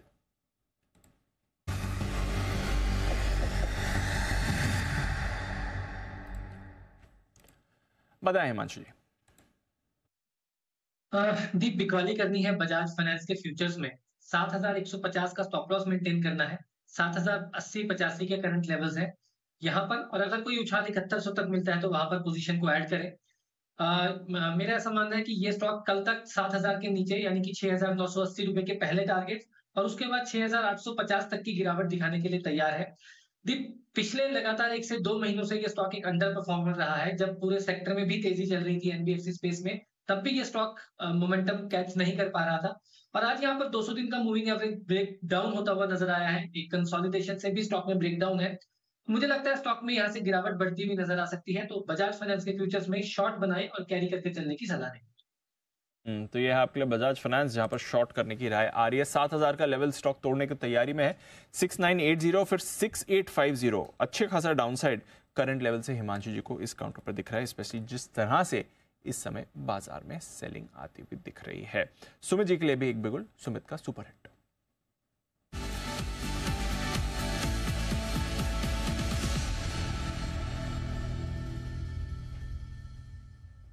बताएं सुमित जी। दिवांशु, सेल कॉल मेरे रडार पे है। स्टॉक का अभी फ्यूचर्स में भाव चल रहा है 585 रुपए, 586 रुपए। 585, 586 का अभी भाव है। स्टॉक का नाम है HDFC लाइफ। HDFC लाइफ में ब्रेकडाउन है। स्टॉक पिछले 10-20 दिनों से ऊपरी लेवल से कंटिन्यूसली सेलिंग दिखा रहा है और अभी स्टॉक के अंदर जून 2023 के लो ब्रेक होते हुए देखने को मिल रहे हैं। मल्टीपल सपोर्ट ब्रेक हुए हैं। HDFC लाइफ यहां से गिरावट दिखा सकता है, सेलिंग प्रेशर बढ़ता हुआ देखने को मिल सकता है। स्टॉक का जो ऊपर में रेजिस्टेंस है 595, 600 रुपए के पास है, तो 600 के ऊपर इसमें फ्रेश बाय बनेगा। जब तक 600 का लेवल नहीं टूटता है ऊपर में, तब तक इसमें सेलिंग देखने को मिलेगा। तो 600 के स्टॉप लॉस से बिकवाली करके चलने का सलाह रहेगा। नीचे में जो टारगेट देखने को मिल सकते हैं, 570 का पहला टारगेट होगा, 560 का दूसरा टारगेट होगा। तो बिकवाली करें HDFC लाइफ। HDFC लाइफ पर बिकवाली करें, ये आपके लिए राय आती हुई इस समय दिख रही है। Action across the board selling का इस समय आपको प्रेशर आता है दिख रहा है। HDFC लाइफ देख लीजिए, बजाज फाइनेंस देख लीजिए, M&M फाइनेंस पर भी राय आई थी। ऑटो स्टॉक्स तो कमजोर हैं, या बैंक्स की तो भारी पिटाई है। 1100 पॉइंट नीचे अभी भी बैंक निफ्टी होल्ड कर रहा है। पिछले 15 मिनट में थोड़ी फ्रेश सेलिंग नहीं आई है, बट जो सेलिंग थी वो अभी भी बरकरार है। RBL बैंक इसमें एक ब्रेकडाउन आते हुए दिख रहा है। हिमांशु जी, RBL बैंक एक बार चार्ट देखें सर। दीप, इनफैक्ट पहले यही स्टॉक रडार पर आया था, लेकिन फिर चेक किया तो ये F&O बैन में है। चार्ट स्ट्रक्चर हालांकि वीक होता हुआ नजर आया है और मुझे लगता है कि ये स्टॉक भी over a period of time अगले कुछ दिनों में 220-230 रुपए तक की करेक्शन दिखा सकता है। एक लोअर लो बनता हुआ आज नजर आया है, तो मुझे लगता है कि फिलहाल खरीदारी से बचें यहाँ पर। और अगर आपके पास शॉर्ट पोजीशंस हैं तो 270 रुपए के स्टॉप लॉस के साथ स्टॉक में होल्ड करें। 170 के स्टॉप लॉस के साथ होल्ड करिए। बड़ा कट इस पर आ रहा है, एक बड़ा कट आ रहा है। कोल इंडिया बाजार का फेवरेट रहा है रीसेंट रनअप में, बट आज निफ्टी का टॉप लूजर ये काउंटर बना हुआ है। सुदीप जी, कोल इंडिया क्या करना है सर इस चार्ट में? 6% की बड़ी गिरावट आई है, 375 के भी नीचे आ रहा है इस समय सर।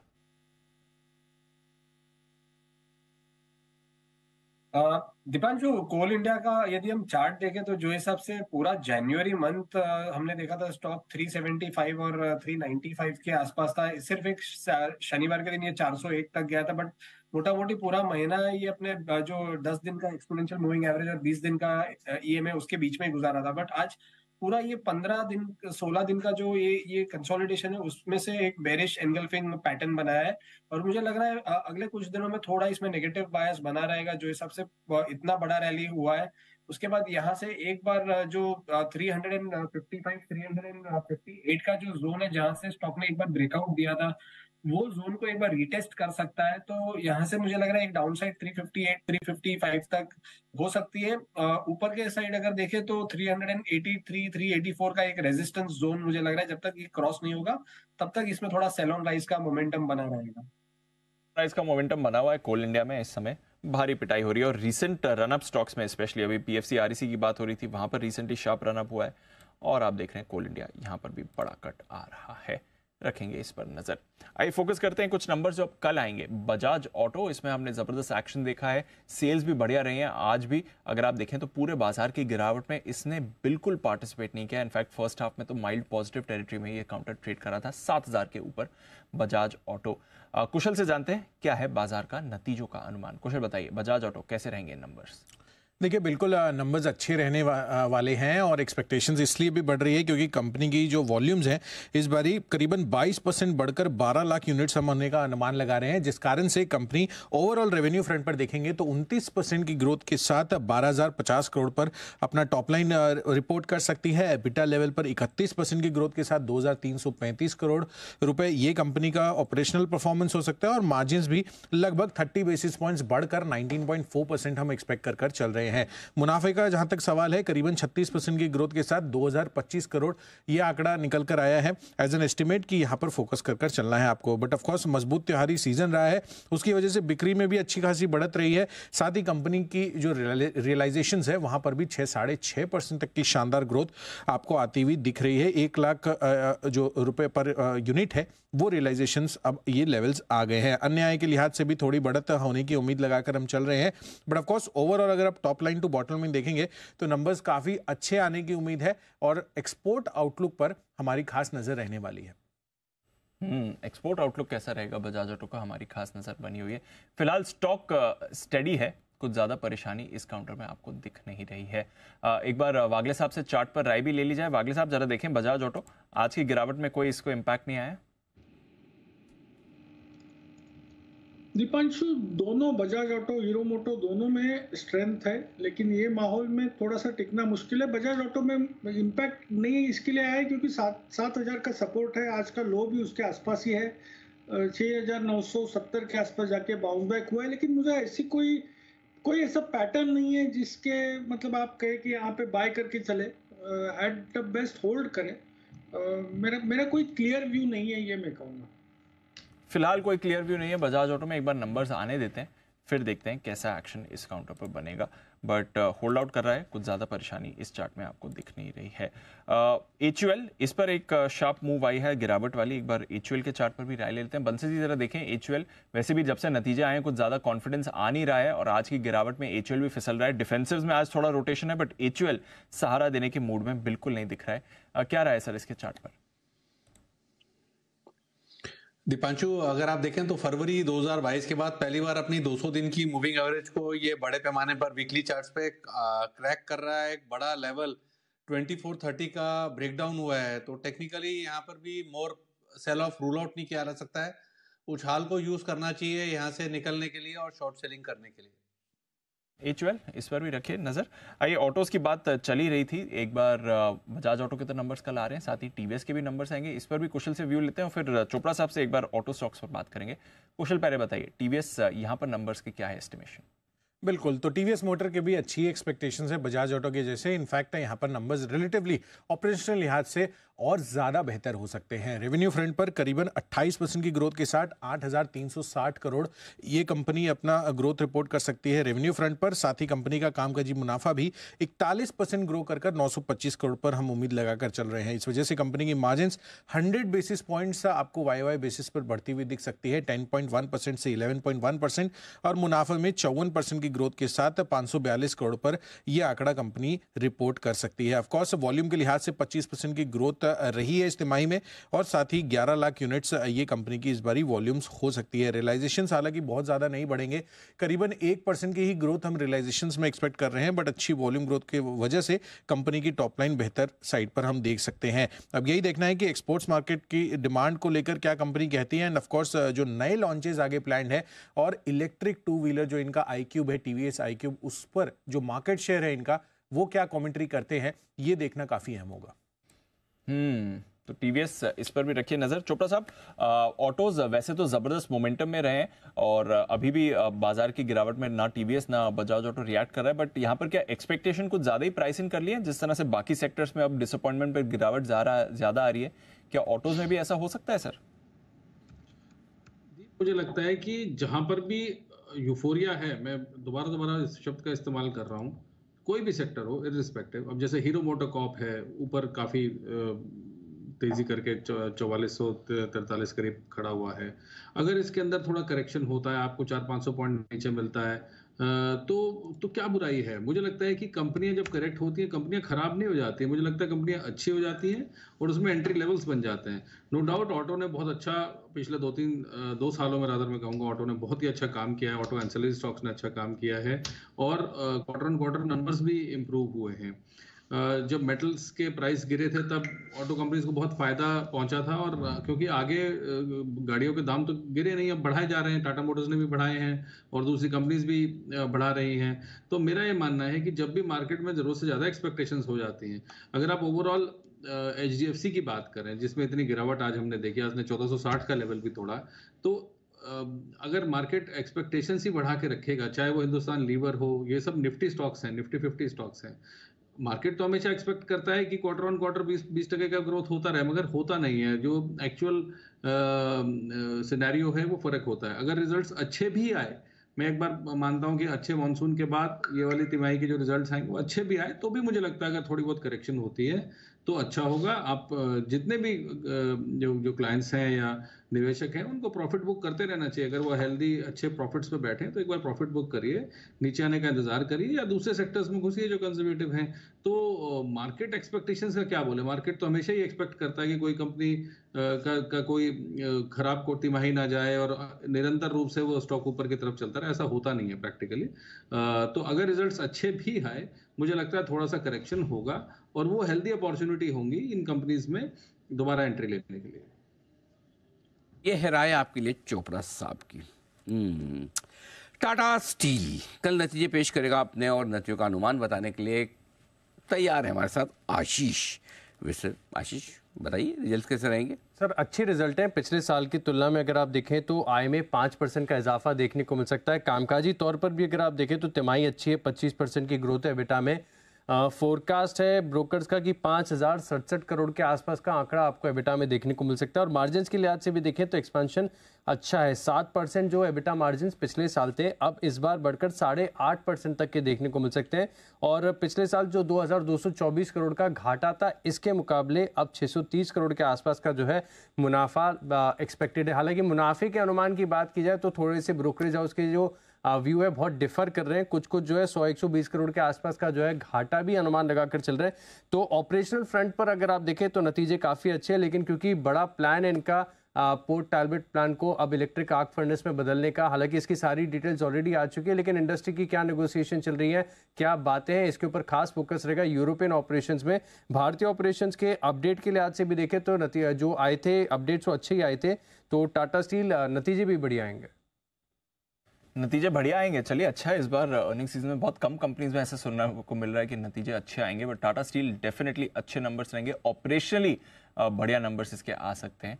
मार्जिन एक्सपेंशन होने वाला है। स्टॉक ऑफ कोर्स आज थोड़ा नर्म है, बट यहाँ पर अच्छे नंबर्स की एक्सपेक्टेशन बनी हुई है। सुदीप जी एक बार टाटा स्टील के चार्ट पर, आज तो खैर डेज लो पर इस समय ट्रेड कर रहा है, राय दें सर इस पे?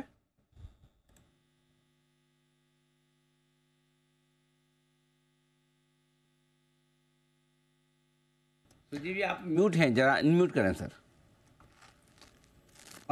दीपांशु टाटा स्टील के चार्ट को यदि हम देखें तो जो हिसाब से पिछले 3-4 दिनों में अराउंड 132 133 के आसपास आके स्टॉक टिक रहा था, आज वो कंप्लीट एक मुझे लग रहा है कि थोड़ा प्रेशर में आ गया स्टॉक। और जो हिसाब से 20 दिन के ईएमए के नीचे आप सस्टेन कर रहा है, तो यहाँ से जब तक ये 134 135 का लेवल नहीं क्रॉस करता है और अगर 128 का लेवल तोड़ भी देता है तो अगला लेवल 120 के आसपास वापस से आ सकता है, जो कि इसका 200 दिन का मूविंग एवरेज है। तो 134 इसके लिए सबसे इम्पोर्टेंट लेवल होगा रिवर्सल पर्सपेक्टिव से। 134 के ऊपर ही यहाँ पे मुझे लग रहा है कि फ्रेश खरीदी इसमें करनी चाहिए। तो ये है आपके लिए टाटा स्टील पर राय सुदीप जी की तरफ से। लेकिन ये तो राय टाटा स्टील पे पूछी दीप ने। दीप उनकी राय भी तो जानिए। किनकी? सुदीप जी की। हाँ उनकी पसंद के स्टॉक पे। अच्छा BTS BT का बिगुल।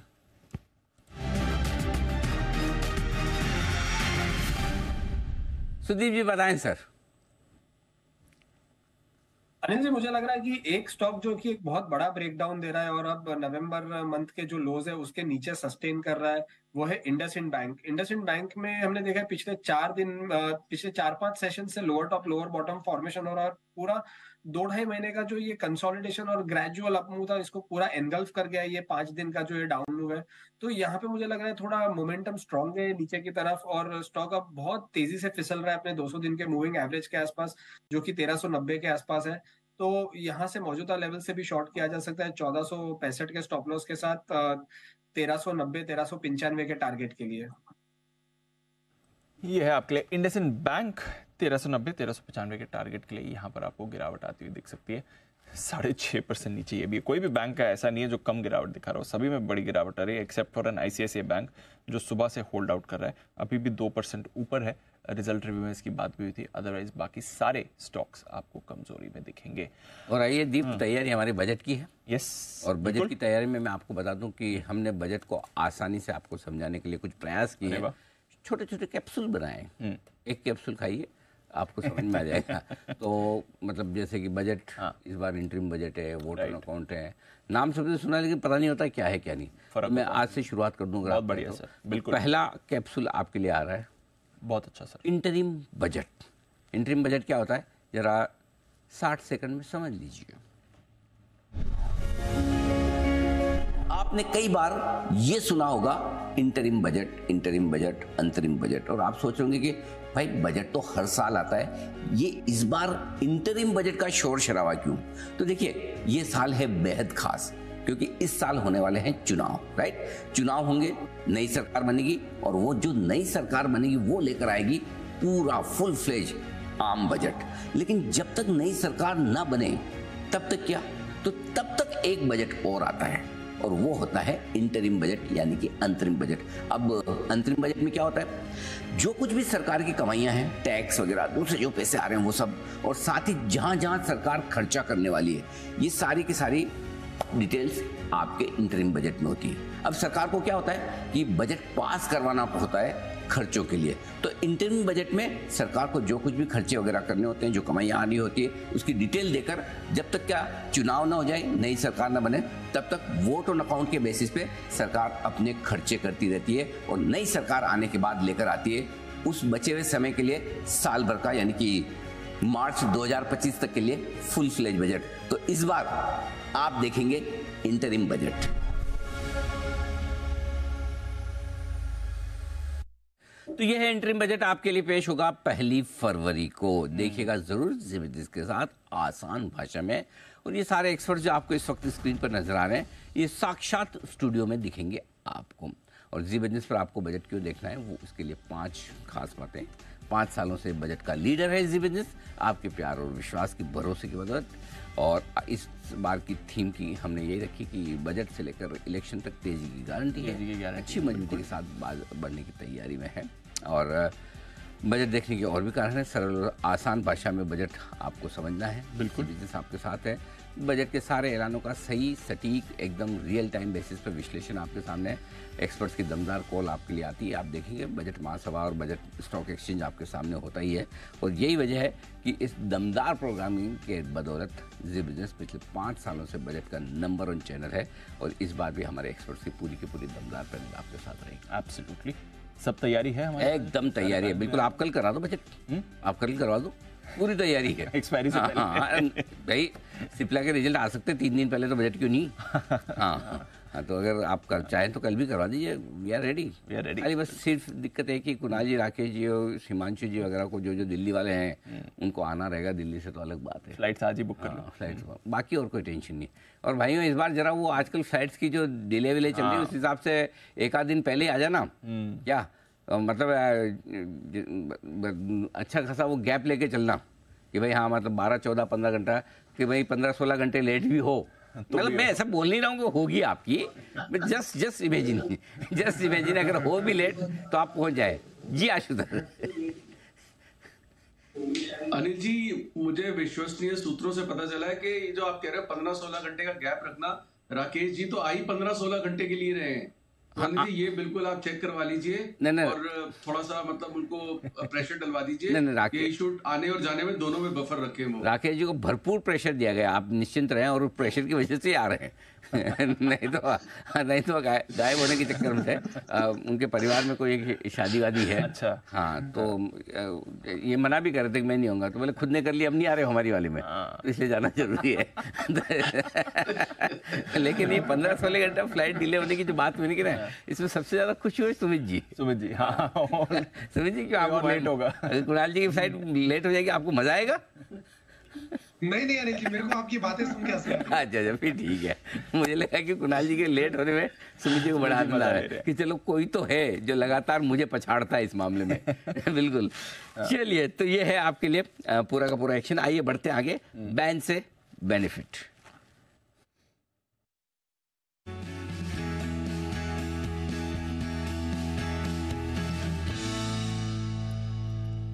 आशीष को देखते हुए पूरी संभावना है, और आशीष के बाजार को देखते हुए कि आज तो 8-10 तो बार निकाल ही दोगे आशीष, से लग रहा है।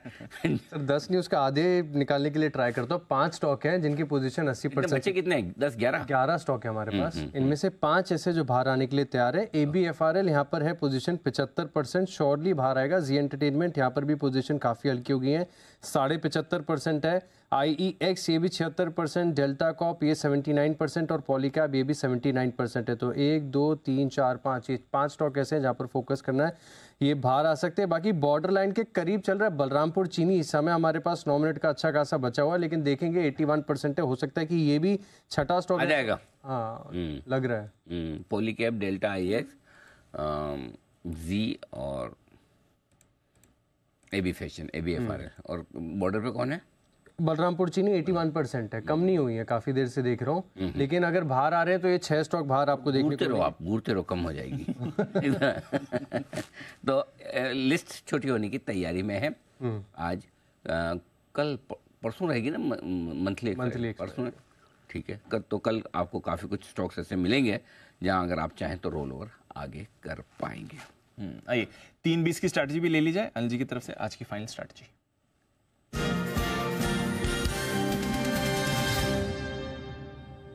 आई नो अनिल जी इसको अच्छी खबर बोलूं या खराब, बट पिछले 5-10 मिनट में बाजार और नहीं फिसले, इनफैक्ट इन्हीं लेवल पर संभल रहे हैं। 45,000 बैंक निफ्टी ने रिक्लेम कर लिया, 21,250 निफ्टी ने रिक्लेम कर लिया, 21,200 के नीचे भी अभी थोड़ी देर पहले गया था।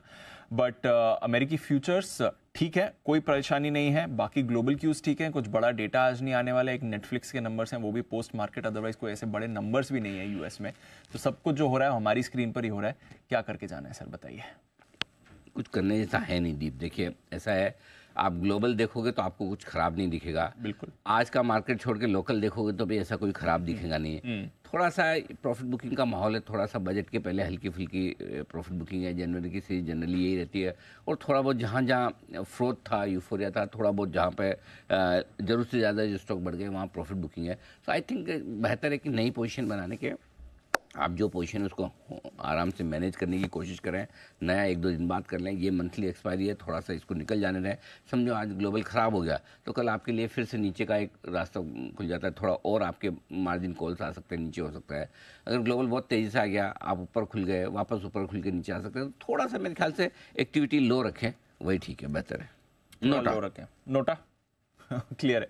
तो इस सिचुएशन में नोटा ही आपके लिए बेस्ट बना रहेगा। एक्टिविटी लो रखिए, पोजीशंस हल्की रखिए, कल नया दिन है, इसको फिर से आप टैकल करके चल सकते हैं। IRCTC अब 10% नीचे जाने की तैयारी में है, इसको भी अपने रेडार पर रखिए, काफी शार्प फॉल इस पर आया है। एक बार IRCTC के चार्ट पर सुदीप जी से राय ले लिया। सुदीप जी जरा देखें, 100 रुपए का कट आया आज IRCTC पर, क्या चल रहा है यहाँ पर?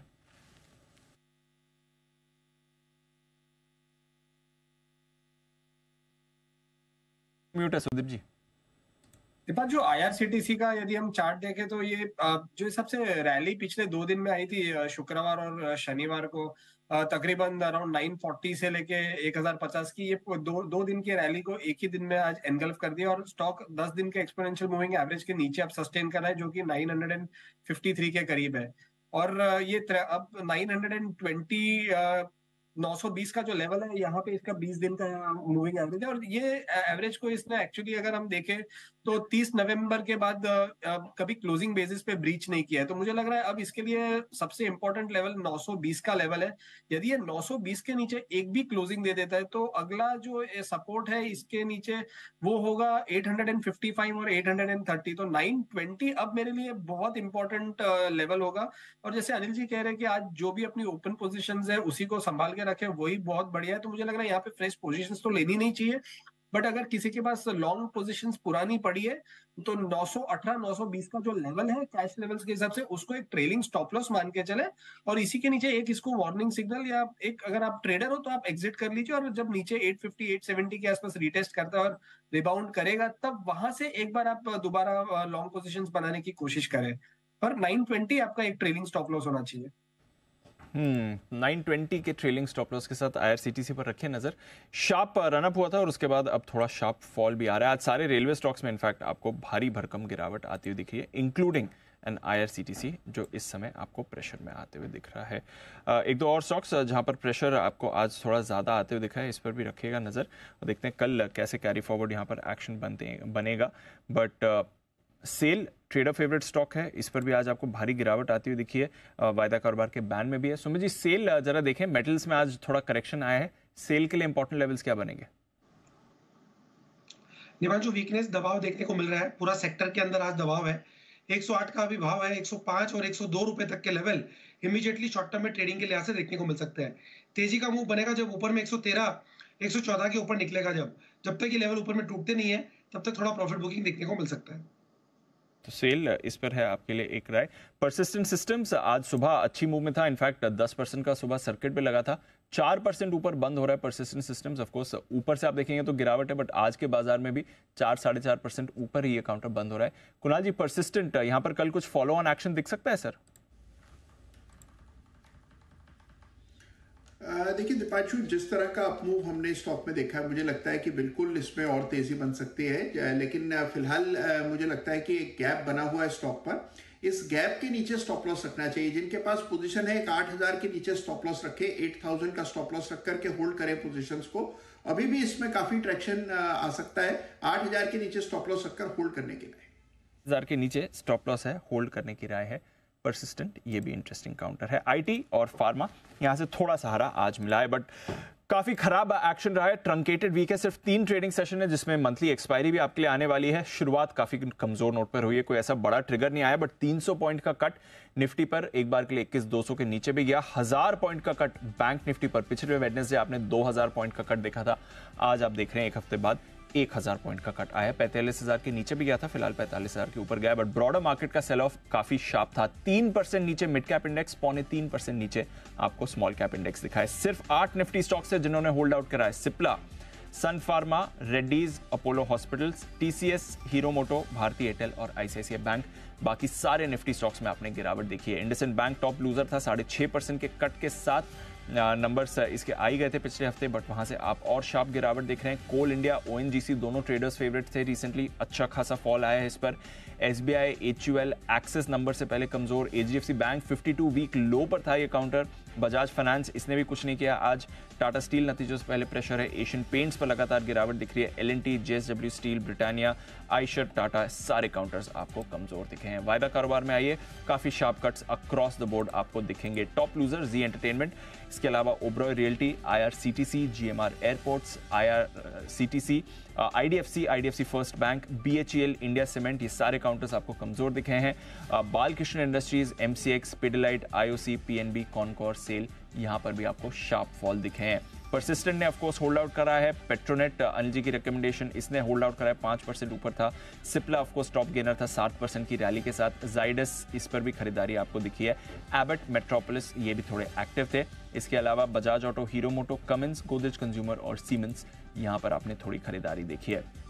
ब्रॉडर मार्केट की तरफ आइए। मिड और स्मॉल कैप की तो आज भारी भरकम गिरावट थी, स्पेशली जो आपके सारे रेलवे स्टॉक्स हैं। IRCON, IRFC, RailTel, RVNL, rights, ये सारे स्टॉक्स आपको भारी भरकम गिरावट दिखा रहे हैं। इनफैक्ट 13.5-14% नीचे आपके लिए इरकॉन था आज ट्रेड में। एनएलसी इंडिया, एंजल वन, जिंदल स्टेनलेस, जीएसएफसी, आरसीएफ, शोभा, इस पर भी भारी गिरावट रही। वीकनेस आपने आती हुई देखी है हेमिस्फीयर प्रॉपर्टीज में। कमजोरी थी restaurant brands Asia, new India assurance, NCC, spark, ये सारे काउंटर्स फिसले हैं। अवंती फीड्स में भी आपको वीकनेस दिखी है। बोरोसिल रिन्यूएबल 11% ऊपर। करूर वैश्य नतीजों के बाद ये एक्टिव था। एजिस लॉजिस्टिक्स, सुबह इसकी बात भी हुई थी। साथ ही max health care, EID Parry और एलगी इक्विपमेंट यहाँ पर खरीदारी है। But Anil ji, day to forget, काफी भारी भरकम गिरावट इस हफ्ते बाजार में आती है। बिल्कुल, तो ये है आपके लिए पूरा का पूरा एक्शन इस वक्त बाजार का बनता हुआ। फाइनल क्लोजिंग 333 अंकों के नुकसान के साथ 21,238 पर निफ्टी बंद होता हुआ। सेंसेक्स 1053 पॉइंट नीचे 70,370 पर होता हुआ बंद, और 45,015 पर बैंक निफ्टी बंद होता हुआ 1043। सेंसेक्स 1053, बैंक निफ्टी 1043, कंधे से कंधा मिलाकर दोनों गिरते हुए भाई बहन की तरह एक साथ। ज्यादा ओके, 333 अंक, वाह। नेल्सन लेवल्स निफ्टी की भी गिरा। आज कुछ न कुछ लेवल्स ऐसे हैं जो इंटरेस्टिंग है, बाकी तो फॉल आपके सामने है ही। विदा लेने का वक्त है हमारे सभी मेहमानों से। कुणाल जी, राकेश जी, वागल साहब और सुनील जी का बहुत बहुत धन्यवाद। चोपड़ा साहब और सुदीप शाह साहब का भी शुक्रिया, और हमारे हिमांशु जी का भी बहुत बहुत धन्यवाद। और आशु जी का एंट्री को क्या कहा जाएगा, वो cameo, guest appearance, cameo, cameo, हाँ, कैमियो करने वाले आशु जी का भी बहुत बहुत धन्यवाद। Ashu ji, did you like it? Very much Anil ji, very much. हाँ, तो देखो आपकी गेस्ट अपीयरेंस और स्पेशल एंट्री कितनी बढ़िया होती है, सोचिए। आए यही वाली बनाए रखिए। बिल्कुल बढ़िया है, बहुत बढ़िया। तो आपका भी बहुत बहुत धन्यवाद सर, समय निकाला आपने अनएक्सपेक्टेड, बहुत बहुत शुक्रिया आपका। मुझे दीजिए इजाजत, दीप को मत दीजिए।